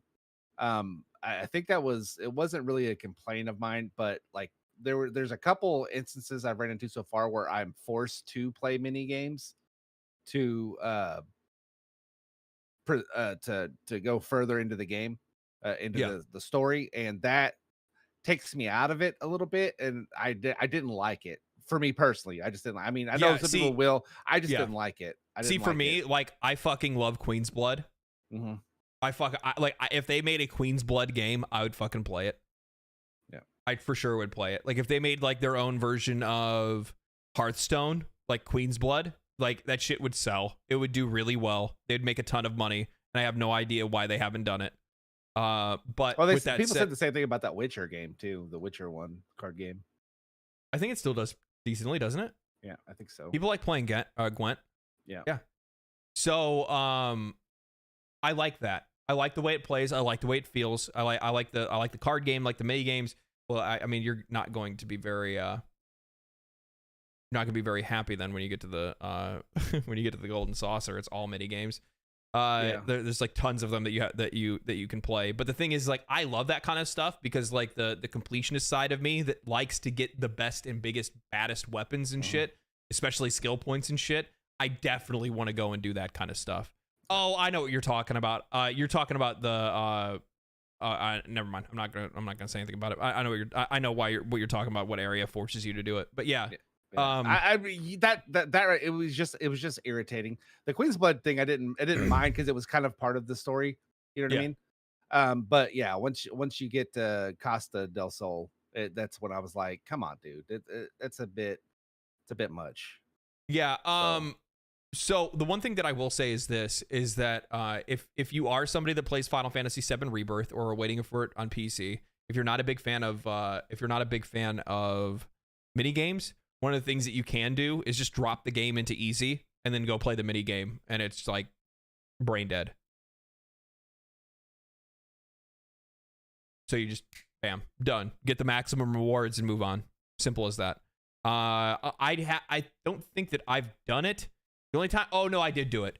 I did it for the one board game that there's this one board game that you have to play in it at one point. They made it worse than it was. What was the main mini game for Final Fantasy VII Remake? Condor. Yeah. I can't think about the other word. I can't remember the other name of it. Somebody in chat help me finish the name of that. Fort Condor, I think is that what it was. But the mini game that you had in Final Fantasy VII Remake is also in this one, but in a very lesser extent, where it's just part of this one mission that you have to do. And they implemented it in a worse way than in Remake. So it was annoying, and I just threw the game on easy and then finished it quickly just to be done with it. So you can kind of do that if you're looking for that kind of thing. The Fort Condor thing. Yeah, Yeah. So Fort Condor, they bring it back in, like they did it so much better in Final Fantasy Remake. They did a really bad job of using it in Rebirth. Outside of that, though, like combat feels so good. The story's told so damn well. Yeah. The cutscenes are just so fucking good. The cutscenes overall, are flipping great, dude. They're really good. I understand your frustrations with it visually, because the thing is that like it is such a pretty game, and the performance of the PlayStation 5 limits how pretty the game is going to look. Yeah. People that are going to play this game on PC are going to like drop a brick, because they're just gonna be like, oh my god. Because this is exactly what we're talking about when we're looking at AAA games and what we expect and what we want from them. You know what I mean? Yeah, 100%. Yeah, like it's. I mean, I get it. There's a lot of particle stuff going on, and there's just a lot of stuff to do. A lot, like, but dropping down to get 60 frames on the console, and it dropped down to like I think it's just above 1080p. Like it's just above 1080p. So if you're using a screen that's not a 1080p screen, it looks super muddy. It just does. But like I said, the game is just so good that I kind of, I mean, I care, but like, I'll suck it up. I'll be a man instead of a I wonder baby. if it's gonna end up having chocobo breeding like the original Final Fantasy 7. I don't know. I like.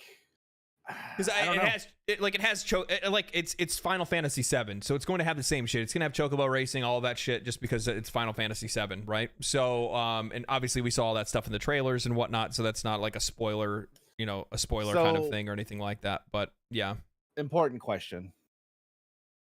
Costa del Sol, what outfit did you pick for Tifa?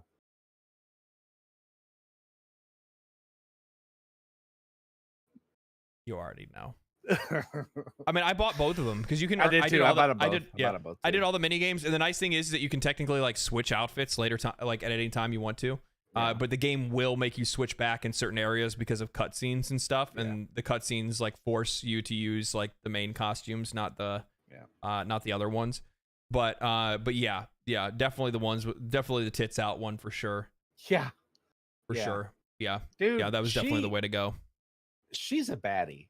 Like she's a baddie, bro. The funny thing is that like I didn't really realize like how much heat Tifa is packing until you get to that part in the beat, like at the beach.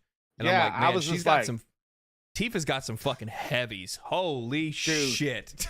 Dude. Like, man. Man, they unnerfed the shit out of her. I love the meme that people were running that like if Forspoken, they lose money and have to dissolve a studio. Final Fantasy 7 Rebirth, Tifa's titties are out. Oh. I'm like, hey man, give the gamers what they want, guys. Just give the gamers what they want, you know? And by the way, that's not just the men. The women like it too.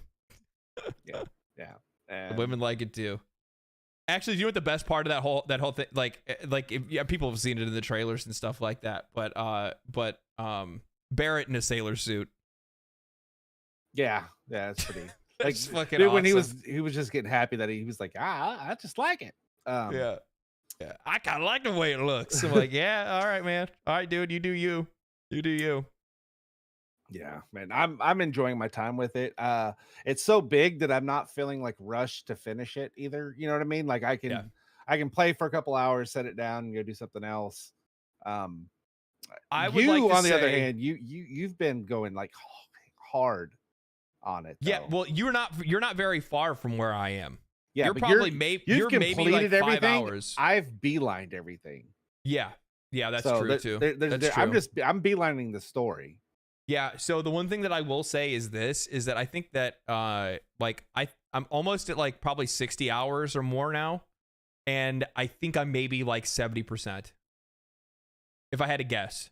That's just a wild guess. I don't know exactly where it ends, but I know there's still another party member or two that I'm supposed to get access to, and I haven't got them yet. So that tells me that I'm still a little ways behind. Yeah. I'm still a little ways behind. I just saw a cutscene with the dark-haired dude. Yeah, I mean, you're going to see all kinds of stuff. Dark-haired Cloud. Oh, you're talking about like Zach. Yeah. Dark-haired Cloud. Yeah, Dark Cloud. Dark Cloud. Rainy Cloud. Rainy Cloud. Yeah. Brady Cloud. So yeah, no, Final Fantasy VII Rebirth is absolutely fantastic. If you are a PlayStation owner and have not purchased it yet, you're sleeping on it. And if you're a PC player that's waiting for it, you are not going to be disappointed. No. That's so far my take. I'll eventually do like a full review on it. It's going to take me a little while to do so because I'm going to beat the game entirely. And then I'm probably going to basically replay it so that I can get footage because I haven't even been recording footage for this game. I've literally just been vibing and playing the game and enjoying it. Like, and that's what you should do with this game is just vibe it, enjoy it, and then after you've finished it, if you feel like streaming it, then you stream it. Yeah, well, plus on top of that, like people are really like people are going to be like spoiler sensitive because this is not Final Fantasy VII. Yeah. Right? It's pretty obvious that the game is not Final Fantasy VII. There's some other shit that's going on in this game. People could tell that from Remake, right? So it's a reimagining. Yeah, so we'll see what the future says. There's a lot of people that are saying that like Final Fantasy VII Rebirth should not be up for Game of the Year because it's a remake. But I think like a lot of those folks are, I think that they're kind of misinformed because they like I don't think it's people that have actually played Final Fantasy Remake or Rebirth. Because if you played it, like, it's not Final Fantasy VII. Like, it is, but it's not. I could understand that if you're arguing that for, like, Resident Evil 4. Right? I could see if you're trying to argue it for that. But, yeah, I mean, but we're talking about Final Fantasy VII versus Remake. Like, these are, like, fucking universes apart. They're not even the same game, technically, because, like, one was turn-based. You know what I mean? Like, we're talking about a game made in 1995, okay, 91, 91, maybe? I can't remember. 93. Was it 93? 93, 94. Well, okay, so I think the game is so vastly different from its original that it's a new game. It's a new game to a new generation. If we were going to go that route, I would probably say, okay, if it shouldn't be up for any Game of the Year. You say any or just the Game of the Year? Game of the Year. Spider-Man 2 should have been up because it's the same game as the last game. They just added different characters. What I mean, what like you can sit there and have that. You can have that argument like over and over and over again. And speaking of Resident Evil, I was one of the ones that were saying that I don't think 4 should have been up for Game of the Year because it is a remake. So I don't know. What's I mean, I guess I could be kind of a hypocrite on it. Yeah. But because I like the game, I don't know.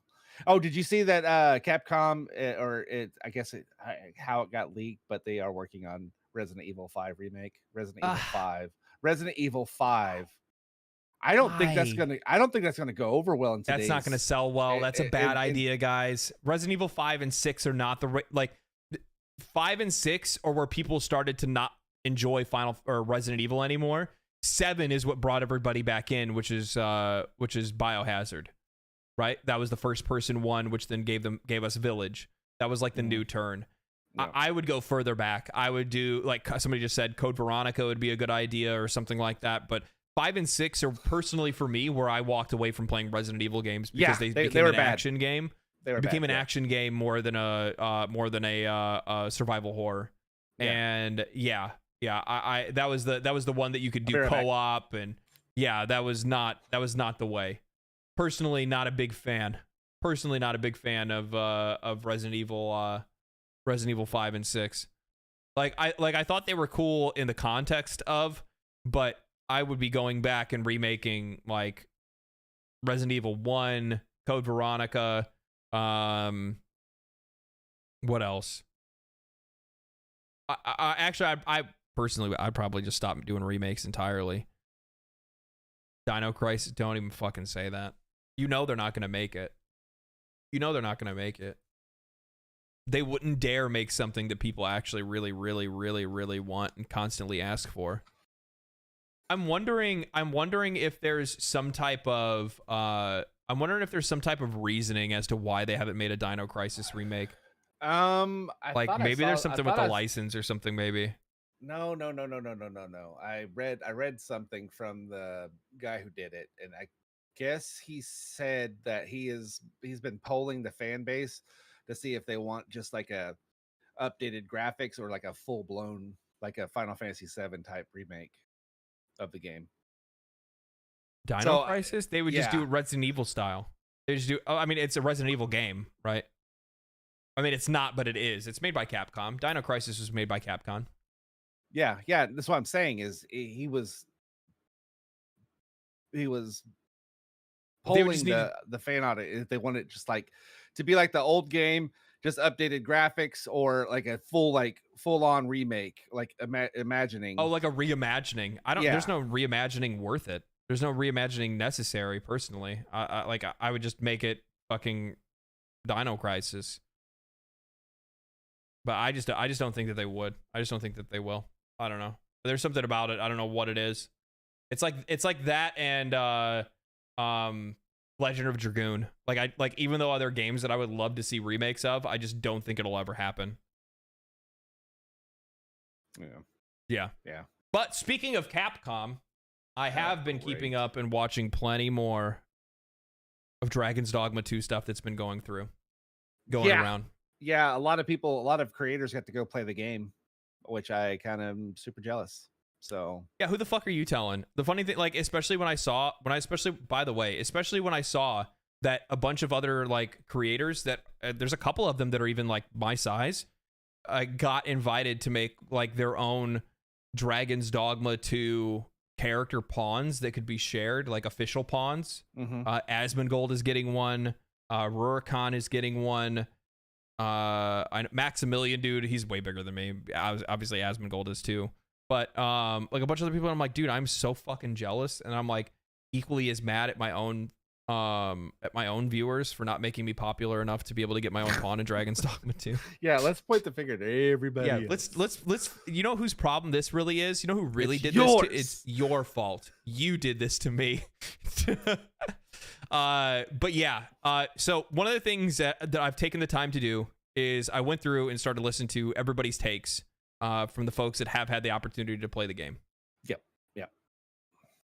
And universally, this is all hype, no breaks. Like none. No breaks. The only breaks are if you don't like this game, it's just not your kind of game. That's the only thing.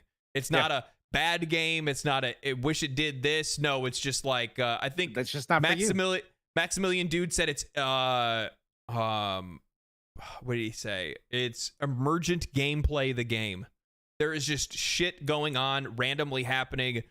There's no hand holding, there's no quest markers, there's no nothing. It's you are on an adventure, you fucking figure it out. Random stuff happens all the time.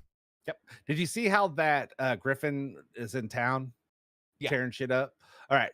Did you know that NPCs have permadeath? Yeah, I saw that too. Wowsies. Like, what about, okay, let's say you're fighting somebody, this thing, and it just comes into town and you're like, oh shit, I gotta kill this thing. And then it just wipes out like important NPCs. Yeah, it can happen. God, yeah, the only thing that I'm disappointed about when it comes to something like that is that you're not gonna have more than one save file. Yeah, that's true. So that means that, like, you know, you can't be like, oh man, this one NPC died, and then you like go and start over like another character to go see what's going on. But the reason why they have that is because it doesn't really make any sense in the context of the game to have like multiple characters, as every character similar to Final Fantasy XIV can play every job. Yeah, I'm gonna do the archer. I think it looks cool. I'm kind of the more I see of Mystic Spearhand, the more I want to play it. So I think I might go towards Mystic Spearhand, but I'm also kind of feeling like Big Sword, Big Boy Warrior at the same time. Okay. Like big damage, calculated strikes, big D damage. But I'm really wondering exactly what people's take and what people's experience is going to be on this, because it's not a hand-holding game. There is no dodge. Dodge is class specific. If you play like a rogue, like the daggers, they'll get a dodge, but that's the only class that has a dodge. Yeah, it's what is it? Directional specific or positioning. It's all positioning game. Making sure you're paying attention to your positioning, knowing exactly where you want to put your character, and you have to pay attention to that kind of stuff. It's a very slow and methodical style game, so you have to learn how to play it the right way. And some players are going to like that, some players are not. There's going to be a difference in fantasy from player to player, where yeah, I think there's going to be some players that are just not really going to dig it. There's been like a really weird air of like disappointment in the Dragon's Dogma community that I've seen. I've constantly like checked it just to check the temperature to see what's going on. You have a bunch of people that are like 30 frames on console, yeah. On console. Yeah, 30 frames. And then you have some people like only 10 vocations. Only 10? That's a lot. That's a lot. It's a lot. I mean, that's more than Elden Ring. Yeah. But so, well, I mean, we're talking about like actually base classes. Base class in Elden Ring doesn't really matter for anything. You know what I mean? Doesn't really do anything to your overall experience. Yeah, that's you true. Can pick whatever you want. True. But 30 frames for an action game is very rough. What do you want them to do? Make a smaller game? Or not put it on the console. Maybe they should have done that to begin with. Then they wouldn't have to worry about the whining. I mean, I get where you guys are coming from. I understand it sucks. And I understand not everybody can play on PC. But at the same time, the thing is that games, and I think that Final Fantasy VII Rebirth, and even more so Dragon's Dogma, are going to show the limitations of today's consoles. I tweeted that out this week. Yeah. After watching that, and then I saw that it was going to be 30 frames, is I think the console fan base, which I'm not knocking. I think they're going to realize how underpowered this generation of console was really good at running last gen's game at the specs that they told them that they were going to be able to run games at this generation. So they can take a cross gen game and run it at a very high fidelity and very high frame rate on this hardware. But advancing past that, they fail every time. It's always something about the performance or quality. I mean, it's a huge red flag when you have to choose one or the other. And those are your only two options. Yeah. It's just one or the other. Yeah, I saw somebody in chat say, can't the Xbox Series S and PlayStation 5 do 60 frames on some games? That's like that's like just as an example, like it doesn't matter like what's in the thing right now. The problem is that the games themselves have outpaced the technology available in the hardware, or the technology available in the consoles. That's what the problem is. FSR doesn't matter. It doesn't matter. The size of the game is too big. The amount of things that are going on in the game are too vast for the game to be able to keep up, for the console to be able to keep up with the game. What I mean by that is that what a lot of players don't really take the time to realize is it's not just what you see on the screen that is affecting the game's graphics or the way the game looks. The amount of things that are happening in the background have far more to do with what's going on the screen than anything else. And a really good example of this is Dragon's Dogma 2, where you have emergent gameplay, where characters actually have, as an example, Mark brought up before, talking about how, Dragon's Dogma 2 characters can, NPCs can die. That affects the processing power of the game. Emergent gameplay, where NPCs in the game actually have relationships, that affects the processing power of the game. All of those things that the game is rendering all at once, that's processing in the background, all has to do with the performance of the game overall. Baldur's Gate 3 showed this off really well. One of the issues that Baldur's Gate 3 had was there was a really bad performance issue that the game had in Act 3 and Act 2 initially at launch.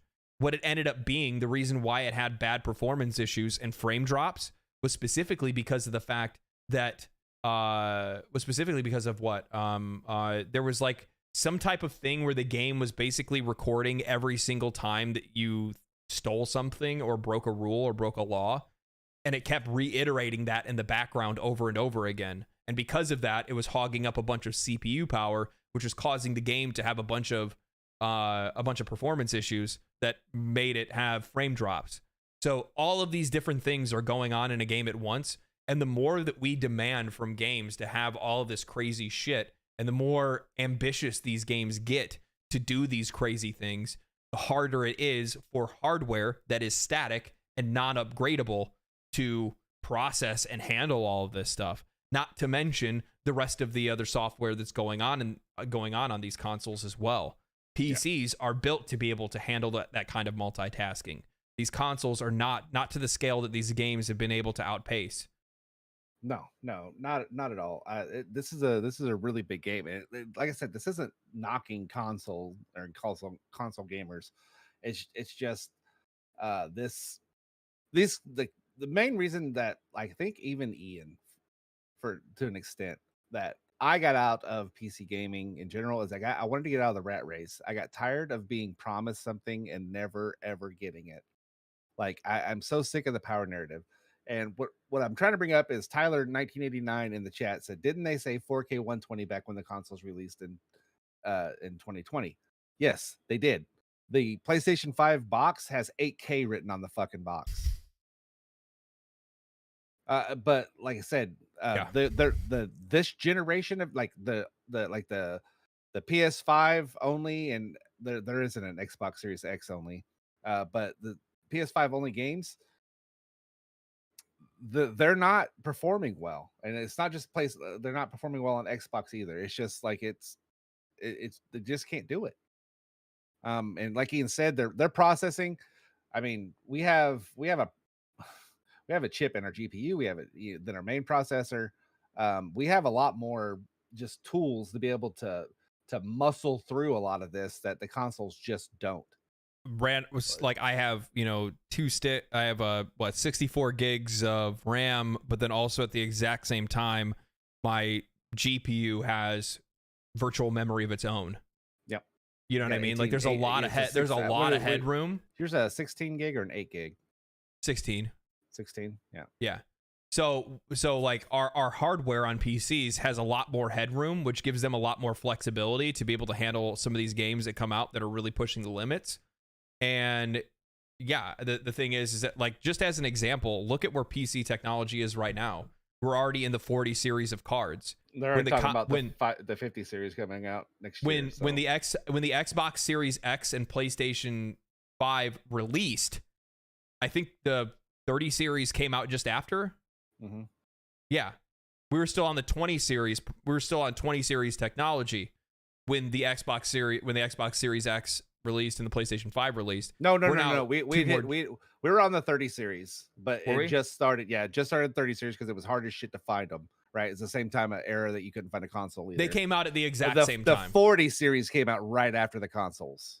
Yes, so there's already one series ahead now, and by the time that the new consoles even come out, it'll be 50 series. Yeah, we're two series ahead of the consoles. The consoles are supposed to be 2070 supers, somewhere around there. Yeah, so we're already 2 generations ahead, and then it'll be 3 when the 50 comes out. And you have to keep in mind that these games are being built on PCs. On a PC. Yeah, these games are being built and designed on a PC using some of that hardware to begin with. So there's going to be, like, I understand the frustration of console owners where they're like 30 frames. Well, it's just like, guys, like, realize that think about how long the consoles have been out. Look at how far and fast technology has grown over the last few years. Yeah, this is what happens. This is what happens. This is the result of technology continuing to move and people and game makers trying to compete with one another to make better games. Yeah, and don't get me wrong, there are a lot of companies that are working on software to mitigate the hardware part of it, and I think eventually that will have its own singularity of when that happens, of when it works. I think Microsoft's working on something right now for Windows, and actually for everything for developers to be able to use to help with frame rate just in general. You've got Unreal Engine 5 with its Luma. You got all these things that are trying to trick the hardware to think it's beefier than it is by the software taking care of it, right? The AI computing taking care of it. So eventually that will happen, but as it stands right now, and I've seen a lot of people in the chat say, you know, you can't expect a $500 box to run what a $1,500 PC can do, and that is true. You shouldn't, but shame on Microsoft and Sony for selling you that it could. Yeah, well, that's just what they do, right? Yeah, I mean, that's what they did. Common misconception, actually. Dark Hollow, this is something that I see a lot of people say. They're like, oh, well, you know, like Steam should come out with a console. And like technically they did come out with the Steam box, but the problem is that they let other people make it for them. Yep. Not make it themselves. Yep. And the reason why from my perspective at the very least, the reason why the Steam box never really took off was because you had Alienware making it, Asus made something, and somebody. So the problem is like there's no unified hardware. Which one should I buy? Yeah. Which one should I buy? Which the best one? You know, like it was really fucking weird. Now that Steam has dipped their toes into making hardware themselves with the Steam Deck, which has done very well for them, there is a really good opportunity and chance that they will actually make a real console made by Steam, not by other people. And to be honest, like how well do you guys think a fucking Dell Steam box would have ran? Probably like fucking shit. And the thing is that knowing Steam, knowing Valve, there's a really good chance that if they do dip their toes into the console market and they make a new Steam box or whatever, or like, you know, they have the Steam Deck, so maybe they'll make maybe the better naming convention, hopefully, than Steam box. But if they make a console, chances are it's going to be modular. Yeah. And people are going to fucking eat that up. If it is a Valve-made product, which means that chances are it's going to be pretty high quality because the Steam Deck is a very high-quality machine. People fucking love it. They have great customer service on their They have great customer service. They have the largest library of video games, period. The minute that they get into that console market, Xbox and Sony are cooked. Yeah. Because here's the funny thing is, I don't think Xbox or Sony can afford to cut off Steam. No. I mean, I don't know. I'm seeing, what did I see? I wanted to read it.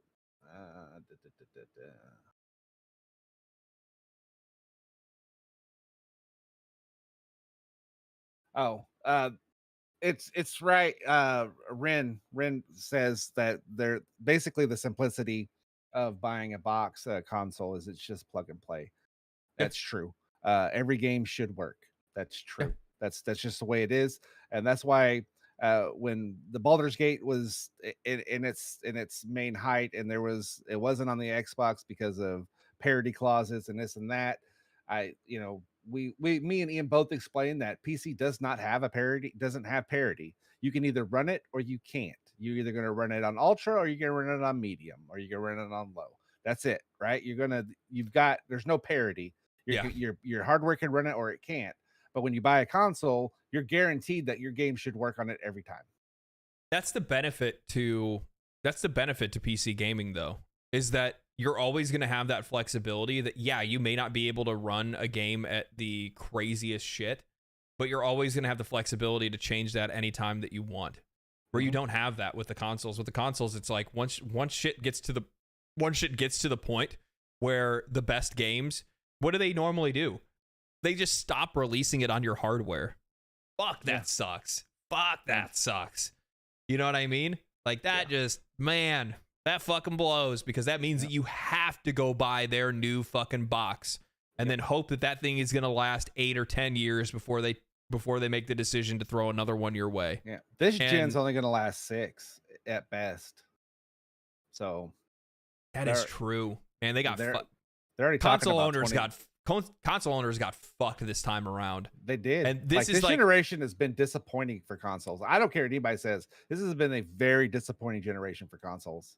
Yeah, I if this wasn't the biggest motivator, you know what the thing is that I also saw a recent polling that showed that PC gaming has exploded since over this last console generation. Yeah. And I think that the reason why PC gaming has exploded the way it has is because console players are honestly just, they're done with getting screwed over like this. Yeah. You know what I mean? Like, because at the end of the day, you know, when you have the conversation and you're like, hey, you know, how much does it cost? Like, oh, well, PC's too expensive. Well, PC's getting cheaper now. It was expensive during the demic. You know what I mean? Yeah, you can get it. I just saw you can get an AMD 6800 XT, which is a comparative to a 4070. Yeah. For $349. That's fucking insane. That's insane. That's insane. And people aren't putting it into perspective of how much other shit you do on a computer. Well, yeah, don't do that stuff. Not on your gaming PC. What? So you get something cheap to use that. Watch anime? Oh, God, yeah, what is wrong with you? What kind of anime? You know, I saw these tentacles with suction cups on the bottom of them on like Temu or something. Think about getting them and just like sticking them on the wall. I think it's like they're wall sconces, right? Uh-huh. Are they okay? I feel like it's a really good decorative wall sconce. It just so happens to be ass level.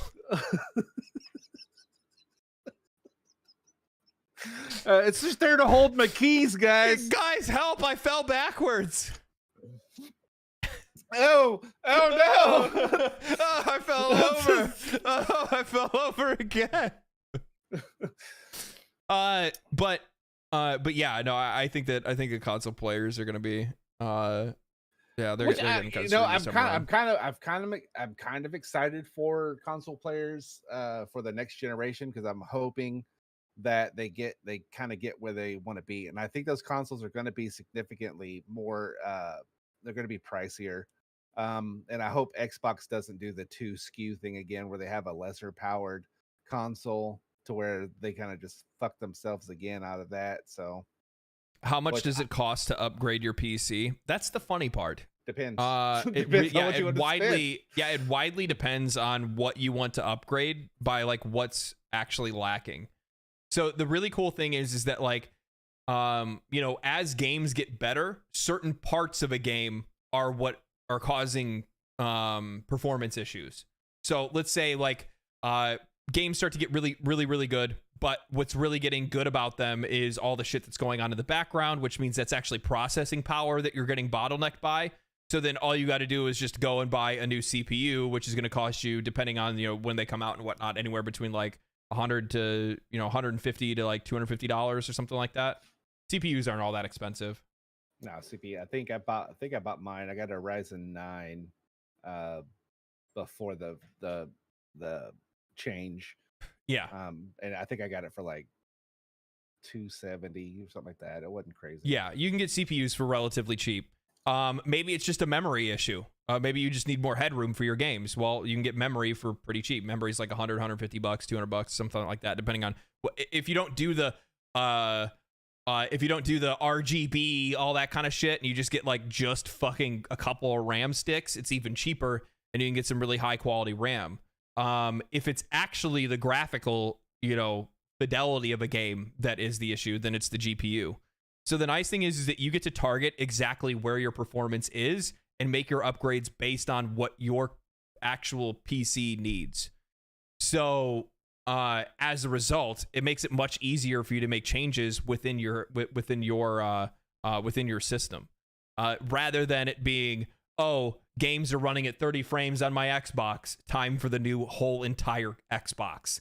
You know what I mean? I don't have to spend $700, $500, whatever it is. I think it's like $500 to $600, depending on for the higher end consoles, right? Yeah. I don't have to spend all of that money to replace the entire system. I don't have to do anything like that. Yep. So was it 2019 when we got into PC? It was right before COVID, yeah. Right? Yeah. Okay. So I've still got the same shell, still got the same motherboard. Yeah, but this is the thing that, like, console focused players will look at the price of a 3080 and a 4080 and say that's not exactly cheap, but they're not also adding into the context of that is not necessarily what you'll need to upgrade every single time. I have friends of mine that are still running 20 series cards, playing every game that they want just fine. Yeah, they're not running, like, and here's the other thing too. Most players on PC aren't running games at 4K because 4K looks like shit anyway. Yeah, 1440p is the sweet spot. 1440p 2K is more than enough. You don't need 4K. 4K looks fucking stupid half the time. It's just not necessary. 4K is just not necessary. But beyond that, even still, you could run or like a rig that can run 4K. But here's the thing: I'm not going to need to upgrade my GPU until probably maybe even the next console generation, and I've already had it for over 2 years. Like it's good. Like it'll be 6 years or more before I'll need to actually switch that out if I even need to. Yeah, I can always run games lower anyway. I'm just running a 3070 Ti. Yeah, and I'm not having a problem running anything on like ultra or high. I'm having no issues. I'm still getting above 60 frames per second. I'm not, like my son who's got a 4090 and can run, God's taxes on it. Yeah, and I think that's the other thing too. Like, you're gonna have people that are like performance hogs. Yeah. They're like, I have to have it at the highest performance possible. I need to play Counter-Strike at 5,000 frames. You know what I mean? Like, you're gonna have like people that like 60 frames, like without any dips, tears, anything like that. I'm fine with that. 1440p. I'm like perfectly content. Yeah, like I'm not saying that PC gaming is more affordable than console gaming. Otherwise, everybody would be PC gaming. Yeah, but what I am saying is the comparison is not as wildly different than people make it out to be. Because while people will be like, oh, well, it only cost me $500 for my PlayStation 5, try to tell me that you don't own more than one console. Yeah. Like try to tell me you don't also have an Xbox. Try to tell me you don't get a Switch. You know what I mean? And like the minute you start buying, like if you want to play all the games, yeah, you own all the consoles. And at that point, now you have actually spent enough to get a PC. And I think a lot of people, I think a lot of people are going to be, you're spending more than necessary. You're replacing your GPU every 3 to 4 years, and it's going to be $500 to $1,000 to get a GPU. Yeah, but who's replacing their fucking GPU every 3 to 4 years? I'm not. Jesus Christ. Yeah, I went from a 1660 to a 3070 Ti. Is what I went to. I mean, that's a big difference. Yeah. And at 1660, at the 1660, the NVIDIA, the GTX 1660 was still running better than the new consoles. Just throwing that out there. Yeah, consoles used to get replaced every 8. But we're way off on a fucking tangent on this. Yeah, we're in a rabbit hole. Dragon's Dogma, and we got sucked Dragon's into fucking Dogma, PC 30 frames. It's 30 frames. So the complaints with Dragon's Dogma being at 30 frames mostly is just rooted in the fact that this console generation's pushed to its limits. It is what it is. You can complain about it, but it's the nature of console gaming, so I don't know what to tell you. Did you see that Not footage? every game is made equally. What? Did you see the footage? Yeah, I watched it. Why would you think that would be able to run at a higher frame rate on consoles? I have no idea. Like, I have no idea. Crazy. Yeah, I have no idea. But what I will say is this: is that many of the people that have been talking about it, like they said that they didn't really notice any performance issues or anything like that when they were playing it. They're like, yeah, it's a 30 frame game, but to be honest with you, when you play the game, you understand quickly why it's 30 frames on the current generation, because it's just that big. And I think one of the things that really interests me is that Maximilian Dude was talking about his experience playing it. And he says, this very much feels like Capcom taking their swing at making their Skyrim. Like that. That kind of makes me horny. So yeah. I like it. And I was like, huh. Because this game is big. It's much bigger than the original Dragon's Dogma. It's the original size that I think that they had imagined when they made the original Dragon's Dogma, probably even bigger than that. And the emergent gameplay is something that I don't think that we have ever really experienced before. Not on the level that they're providing in this. Yeah. Because with how many people are pointing out that emergent gameplay, how, randomly you'll just meet an NPC. There's no it has even less hand holding than Elden Ring, because at least Elden Ring would still have that marker that would kind of tell you like the general direction for you to head in. You know what I mean? Yeah. Like, hey, you need to head to like Limgrave, whatever. Like, it'll kind of give you an idea. But this game doesn't even have that. You have to go to towns, gather information, and then kind of discern the direction that you need to go in. I like that a lot. And then there's just random shit that's going to happen on the way in between places. Yep. And I think that in a lot of cases, you're going to have a lot of players. The future that I see for this game is that I see it being so there's been a couple reviewers, like reviewers that are usually relatively tough on games, that have come out and said that this isn't the game. This isn't the game of this isn't a generational title. This is this isn't a game of the year. This is a game of a generation. Like, this is like the game that they played is just so fucking ridiculous within the first 3 hours or so that they got the chance to play the game, that it's so absurd how crazy good Dragon's Dogma 2 is, that it's doing something that just a lot of games haven't in a way that players just haven't experienced in a long time or have ever experienced, which is really heavy words. But the thing is that, like, looking at the original recipe, when you go back to look and play Dragon's Dogma 1, you can see the streaks of genius and realize that it was just the limitations of the time that held that game back, right? You can see it there. And normally I would pass by the generational speak. You know what I mean? I would pass by, okay, it's that fucking crazy. But to be honest, as somebody that's played Dragon's Dogma 1, there were streaks of brilliance that I was just like, bro, this game was just so ahead of its time. It just didn't have the technology. It just didn't have what it needed to be able to do what it, to do the things that they were imagining that they wanted to do. And this is them getting to make that game that they imagined back then.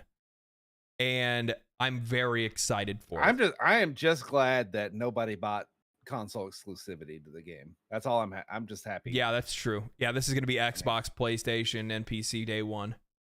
So, yeah, I'm blown away by a lot of the feedback. Plus, on top of that, the other thing is that I have a lot of faith in the game, because they've given people a lot of headroom on being able to experience it, play it, talk about it well before the game's launch. Content creators, they're getting content creators involved. So, like, they very much have their, like, fingers on the pulse when it comes to the gaming community and how they're going to need to, like, outreach and market this game. And everybody that has had their hands on it so far has been high on it. I have yet to see anybody say anything super negative about the game whatsoever or their experience with it. And while there are people that I've seen that have been like, oh, because they're paid. I mean, I guess, but to be honest, at the exact same time, I've seen a lot of fucking people that are normally relatively critical not being very critical on this game in a way that they normally would be. And, like, I'm a big fan of Maximilian, dude. I've always loved watching the guy. And he's very, like, literal when he talks about games. He doesn't overhype or anything like that. He's always very literal when it comes to games. He does get excited about games for sure, but he talks about this game in such reverence that I'm just wondering, especially when I hear more and more content creators talk about it, that I'm just wondering exactly what we're in store for. One thing I'm afraid of, there's a lot of people that are going to bounce off at this game. Why? It's going to be too much. Not enough hand-holding, one. And then two, the other thing is that like a lot of quality of life things that players have been kind of babied with over the years don't really exist in the same way in this game. And it's going to cause a bit of a recoil, specifically with fast travel. Yeah. No, I get that.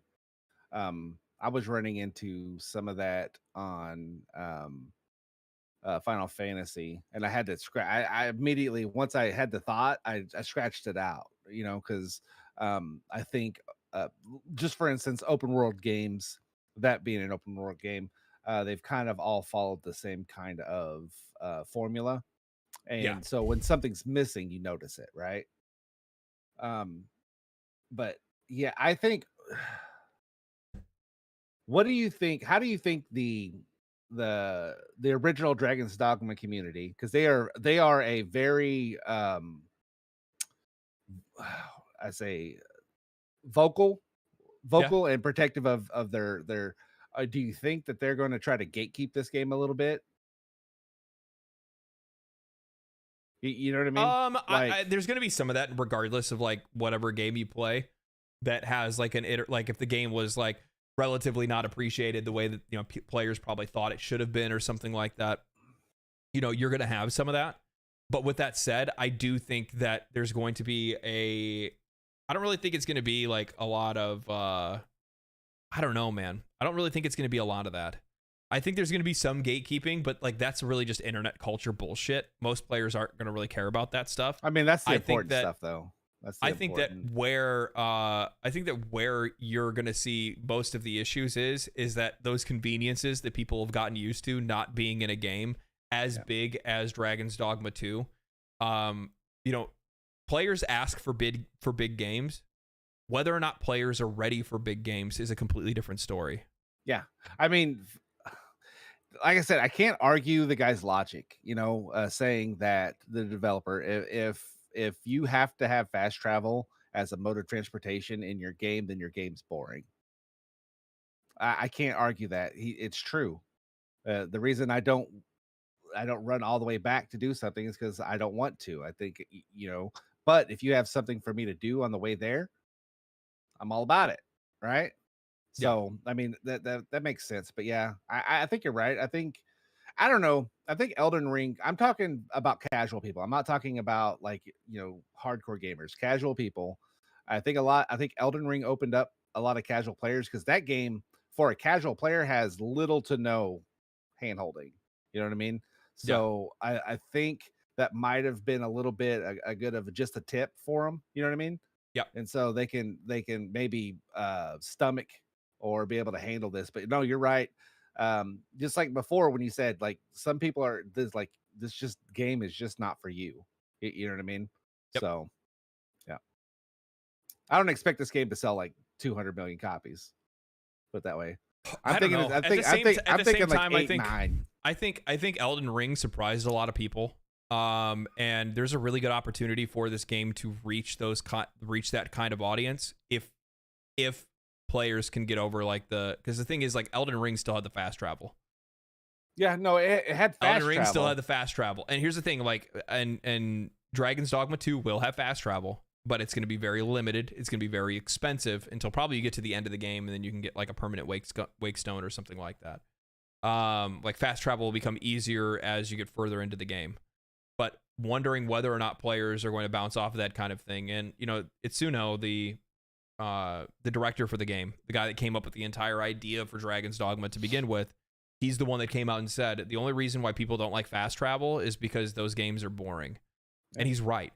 The reason why we like fast travel so much is because we realize that once we've cleared an area, there is no reason for me to travel between these areas again because I've either already done this or I know there's nothing in between point A and point B. That's the reason why we like fast travel. However, if there's emergent gameplay, random crazy shit that can always happen between point A and point B, and you can make it where that travel between those two places is fresh, different, and feels cool, and you want to do it every single time, that's going to make the idea of like not having fast travel not be that big of a deal. Yeah. So it's going to be interesting. It's going to be interesting. And also on top of that, there's just a general convenience of players that just don't want to play a game for too long. Not every player wants to play 150 hours of a game. No. Like my favorite Assassin's Creed is Odyssey.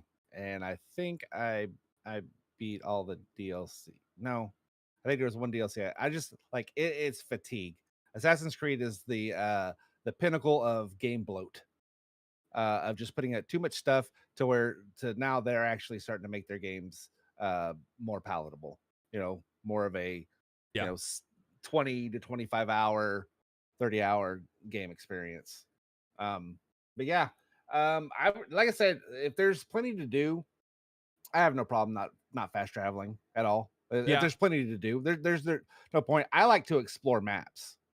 Yeah. So, I mean, if that gives me more reason to explore, then I'm all for it. Yeah, and I think too, like I'm seeing people like disagree with me, which, you know, happens every day. But I get where they're coming from too, because they're like, well, what if I just need to go to this damn town because I want to buy something. I don't need to get well, and here's the thing, like, you don't have to get sidetracked. I mean, you can just walk away from fights. It's not like you have to fight certain things. You can always just run away or something like that. But so far as like, you know, I need to go to town because I need to sell some stuff. I need to rest. I need to go to the inn. I need to do whatever else. Like, obviously people are not going to want to have to continue to do that. So I mean, we're going to see how the game solves that kind of issue. You know what I mean? Don't they have cooking out in the field? Yeah, they have cooking and the ability to rest and have tents, but that's just expensive. It's expensive. Like getting tents and stuff and being able to rest at campsites is expensive from what I understand. So, but the thing is that, again, I'm going back to this idea of some people have asked for, and I'm one of them, have asked for a hardcore RPG experience. Whether or not players are really ready for what that means, we'll see. Yeah. This is from the vision of the developers, what they view as a hardcore RPG experience. You want to travel between places? Yeah, there's no convenience. You need to walk there. And it's a hard journey, and it's going to be a difficult game, and you're going to, you know, probably run into some bandits and things along the way, but this is the fantasy that we're trying to provide. If the players don't like that, then they don't like it. It is what it is. But, you know, in Arrowhead's the top line on Arrowhead's website, a game for everyone is a game for no one. Sometimes you have to make a game that some people aren't going to like because there are going to be players that fucking love it. Or you could be like Rocksteady and make a game that no one likes. So that's always an option. Yeah. Broster brings up something really kind of intuitive, which is that I do think the games are designed around fast travel as a crutch, which isn't great.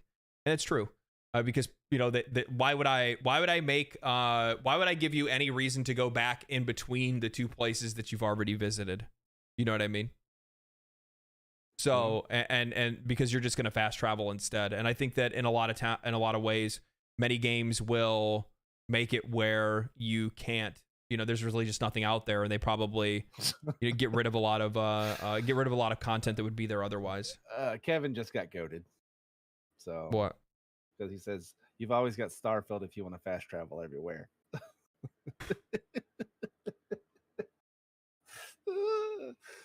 Kevin, nice. Oof. Man, that's a rough one. Yeah, what is it? When's it come out? The 22nd, the same day as. Yeah, I think so. It's like it's the 21st at like 9 at night PST or something like that.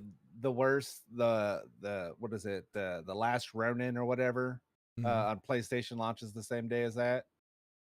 Oof. Yeah, but so we'll see how it goes. I think the game's gonna do well. So does Horizon on PC. Oh, that's right, Horizon on PC. Yeah, I swear. You know what they're gonna do. You know what they're gonna do at this point. They're going to like they did with Elden Ring. They're gonna start. Their devs are gonna start tweeting about how their UI and Dragon's Dogma doesn't do enough to help the players. Fuck yes, I hope so. Please give me that kind of content to farm. If you are developers that are out there for some of these other games and want to say really shitty shit about Dragon's Dogma that's completely unfounded, please do. Please do, so I can farm it. Because I will. I have no problem with making fun of your shitty games. Yeah.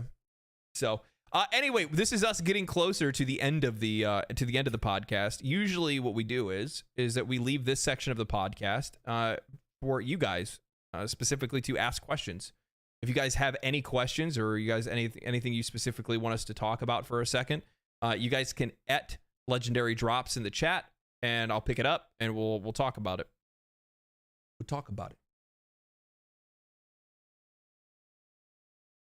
So I watched while we're waiting for questions, I watched the Xbox third or the party partner showcase or whatever. And it was all fine and dandy, whatever.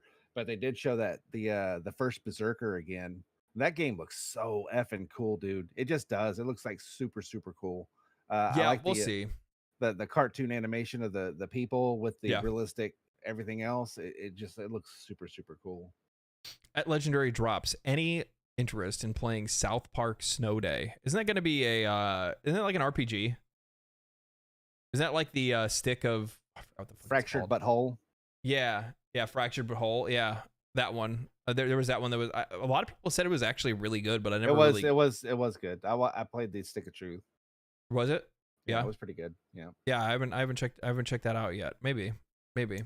Bobby Hawk asked, Ian, are you ever going to finish the DLC for Dragon's Dogma? Bobby, I've been playing the game off stream. I've been not lately though, because I'm playing Final Fantasy VII Rebirth. I will eventually.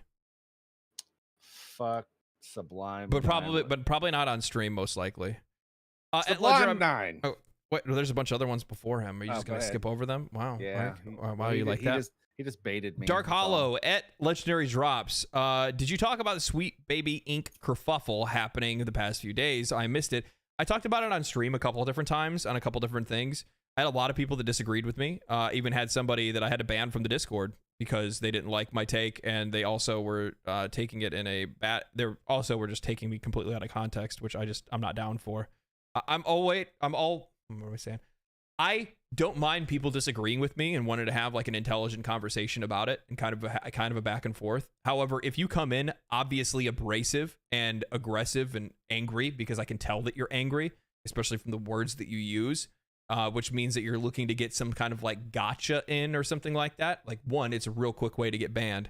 And then two, on top of that, like, we have to have a balanced discussion, a not emotional discussion on those kind of things. My perspective is players have the right to know who's working on their games. Plain and simple. If there is a third-party company that is helping with the writing, players have the right to know who's doing that. And then people could argue, well, no, we don't. Well, then why the fuck do they have credits that credit all the people that worked on a game? We have full right to know who was working on our games, just like we know what companies are making the game to begin with. And if we want some extra context to know, hey, by the way, there's this third-party writing company that has their hand in helping to write a game, or help to write a game script or whatever, then we have the right to know that, because if we don't like the writing that they do, then we don't have to buy their game. I don't want to buy a game that's, I don't want to if there's a writer that's involved and I've never liked any of their writing before, why should I have to buy the game to figure that out? That's not my responsibility. Players have the right to know who's working on their games. Simple as that. So and then like it got flipped on me and they said something stupid like it reeks of doxing, and I'm like, get the fuck out of here. Like it, like completely unfounded, random, like, no. Anyway, Raz says, you both agree that the new Final Fantasy is excellent, but how is it selling? Doesn't really matter to me. Yeah, I don't care. I imagine it's selling worse because it's just on the PlayStation 5 console, and there's just not that many out in the market since the console market has plateaued. Yeah. So. But that has more to do with console exclusivity. Like, games that are console exclusive are going to sell well, or aren't going to sell well. Simple as that. They're not going to put out as many copies as a game that's available on more than one platform. Period. Yeah. Especially when you're not releasing it on PC. You are literally cutting off the leg to save a toe, I guess. I don't really know. Yeah. Yep. So yeah. You can go ahead and take the next one. Is it Buttered Biscuit, I think? Yeah, Buttered Biscuits. Legendary Drops. Did you try out the DD2 character creator yet? I have not. Just because I want that experience. I think the experience of starting up a game and making your character and then taking that character right into the game is a special moment. And I don't think making my character early is gonna. I don't know. I can wait. So. Sublime 9 at Legendary Drops. Thoughts on the new Dune MMO? We talked about that earlier in the stream, actually. Mark is super excited for it. I don't think it looks like an MMO, and I also don't trust that. The thing is that I think really what it wasn't for me, it was the production quality of the like talk that they did, the video that they made with the developer, and then they showed gameplay. That turns me off, because the thing is that like the best games typically don't have these crazy fucking, crazy long, high production quality kind of things. I don't know. Like for me, when it comes to these games that are based off movies anymore, it feels like it's a lot more marketing than it is substance. I like the substance, so I liked it. Let's see. All right. Do you guys think Dragon's Dogma 2 would have a new game plus already in the game? I don't know. Like, chances are, yeah. I don't know. Chances are probably, yeah. I wouldn't doubt it. The original vision for the game did have a new game plus. It involved us like going to the moon and shit and wild shit like that in the first game. It never came to be. So chances are they probably already prepared it to have a hefty end game if I had to take a wild guess. Over on Twitch, Inky says, how much toxic can Helldivers community get? Do devs need to do something about it? I've seen many people TKing and kicking people for no reasons. Funny you say that. Actually, my next video is going to be on that kind of topic. Mostly based off of an article that I read recently that I completely disagree with for the most part. I don't really. I'll be honest with you. I feel like a lot of the community concerns over toxicity are kind of being amplified into more than they actually are.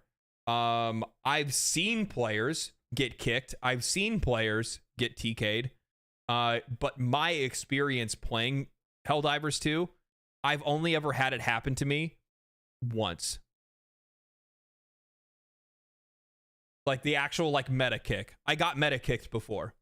It happened to me one time. Yeah. But I haven't really seen it outside of that. I've only heard stories of it, but I don't really know exactly how common that is.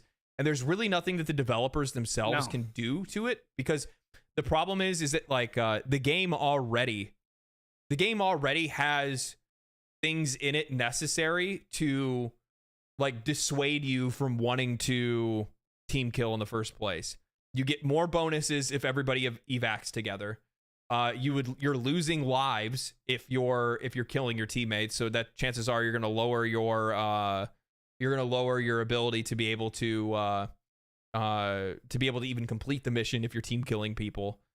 And because of how difficult the game gets at higher difficulties, you're really crippling yourself by not having everybody involved. Yeah.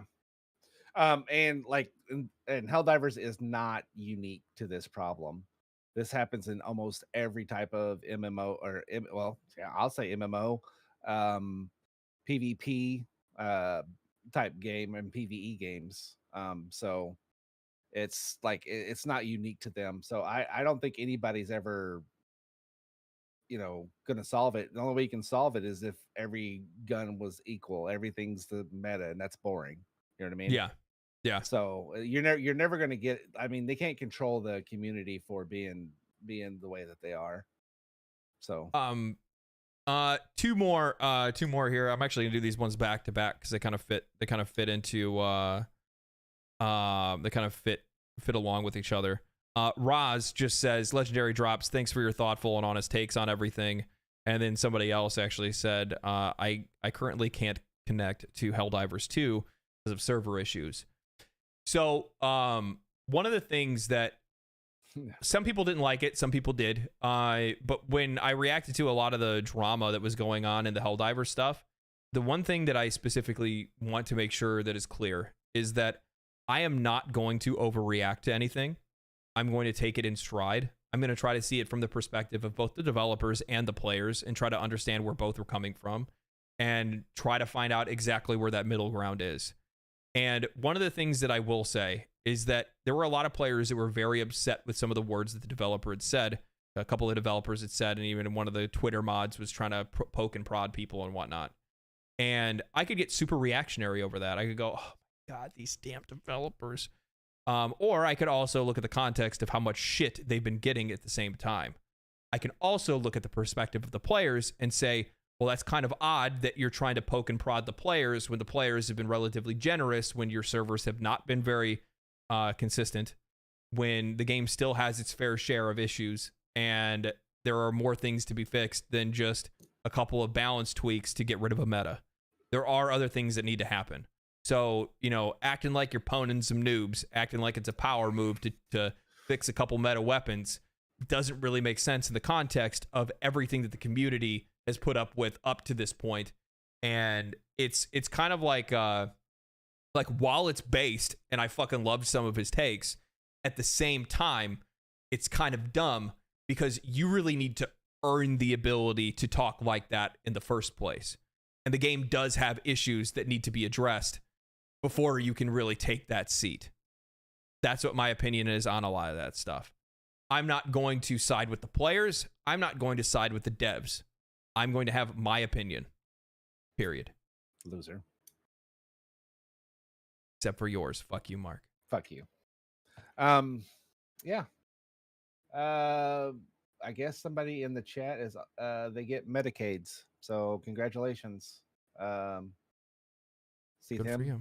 Good for you. I'm happy for you. Yeah, you never go full meta. Never go full meta.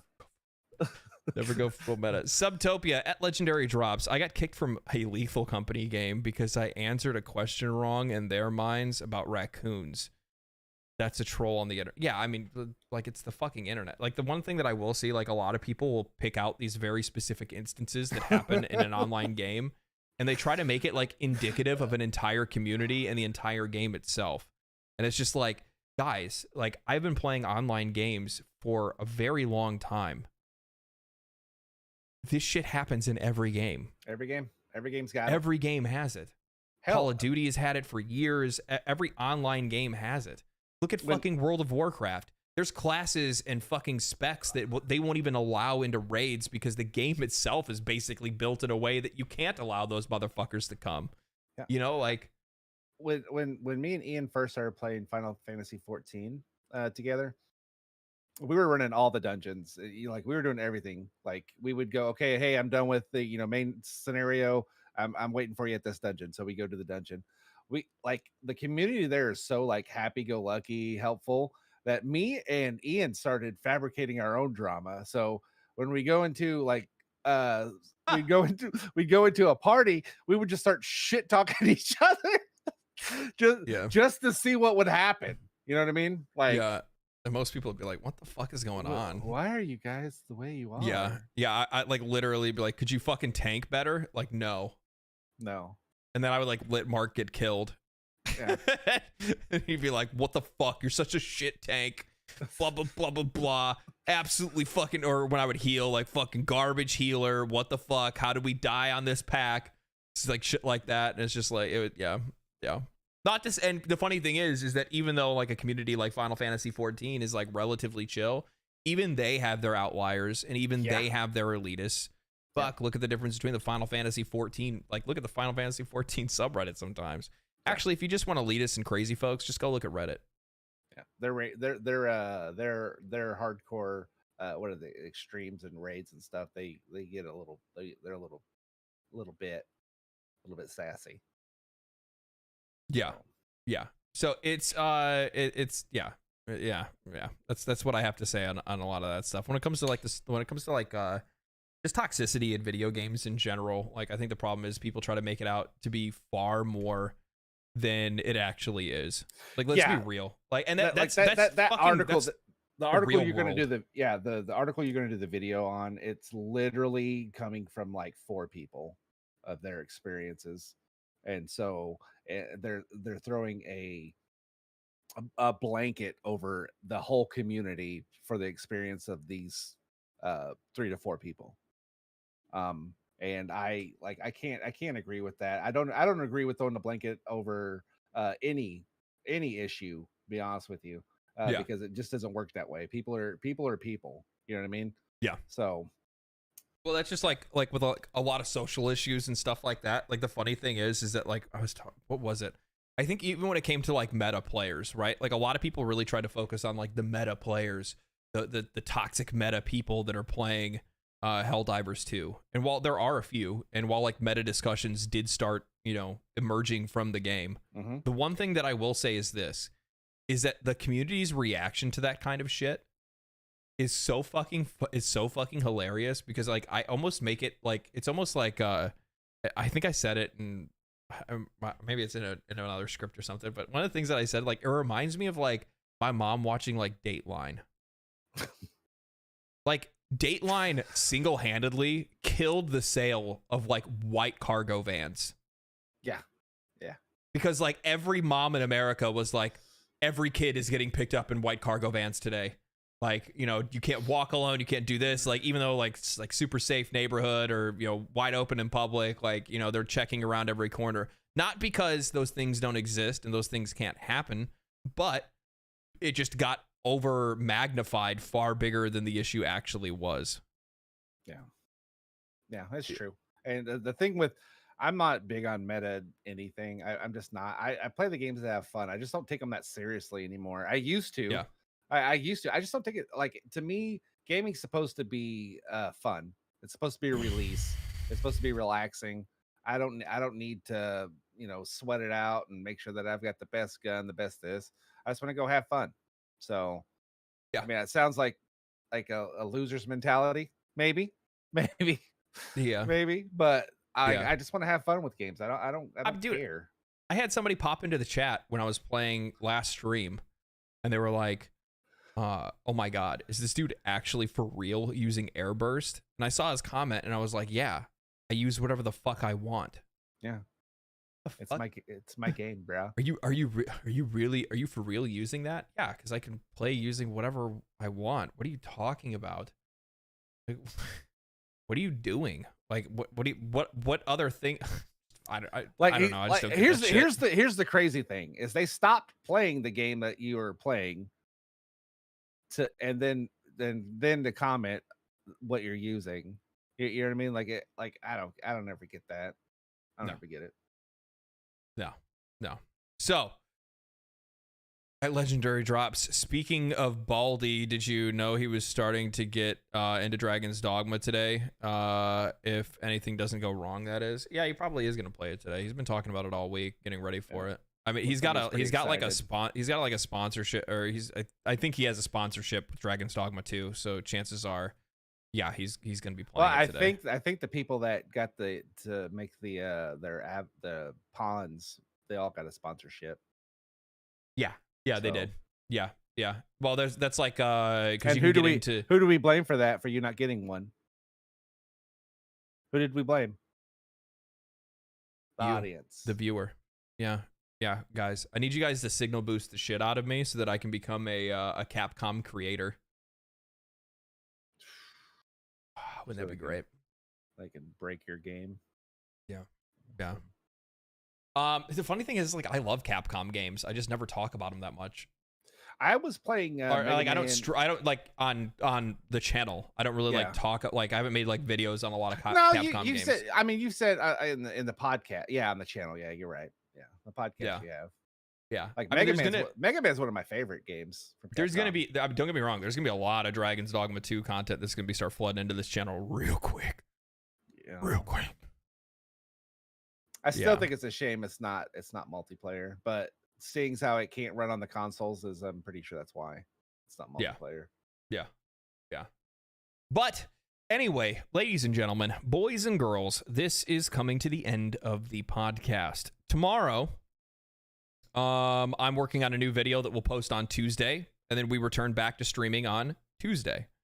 So live stream on Tuesday, probably Helldivers 2 most likely. Of course, Helldivers 2 video coming out next week on Tuesday as well. And then, you know, we kind of go forward and kind of think things from there. Probably Dragon's Dogma 2 video next week as well. You know, make sure you guys are joining the Discord. Maybe I might do like a later stream next or on Tuesday. I don't know. It just depends on. The problem is like I like to I want to stream more often. But the issue is that like when it comes to days where I'm like writing and recording for a video, it's tough. It's tough to do that kind of thing because sometimes you're wore out afterwards. It's not even the wear and tear. It's actually just more or less like sometimes recording can take longer than I'm used to. Yeah, you know what I mean. Like there's what last week when I did that when I did the Helldivers 2 like drama video, that took me fucking 14 hours. It took me a long fucking time to make that video. Sometimes I'm very good at speaking words. Other days I'm not very good at speaking words. Some days I'm really good at writing very quickly. Other days I'm not. It's just it's a creative flow. Sometimes I got to get into my zen. 800 potency. Sometimes my chakras are not aligned, and it takes a little bit of time to get them aligned. Yes. And me coming off of this stupid shift, we should be able to start playing games at night on your stream. Join, at least watch and talk shit, if not play. So yeah, it should be fun. Yeah. So, all right. Anyway, we will catch you guys on the next podcast, which will be next Sunday, every Sunday at 2 p.m. PST. If you guys have not figured that out right now, well, now you know now. Outside of that, my friends, stay cool, stay righteous, and stay safe. And most of all, we will see you in the next podcast.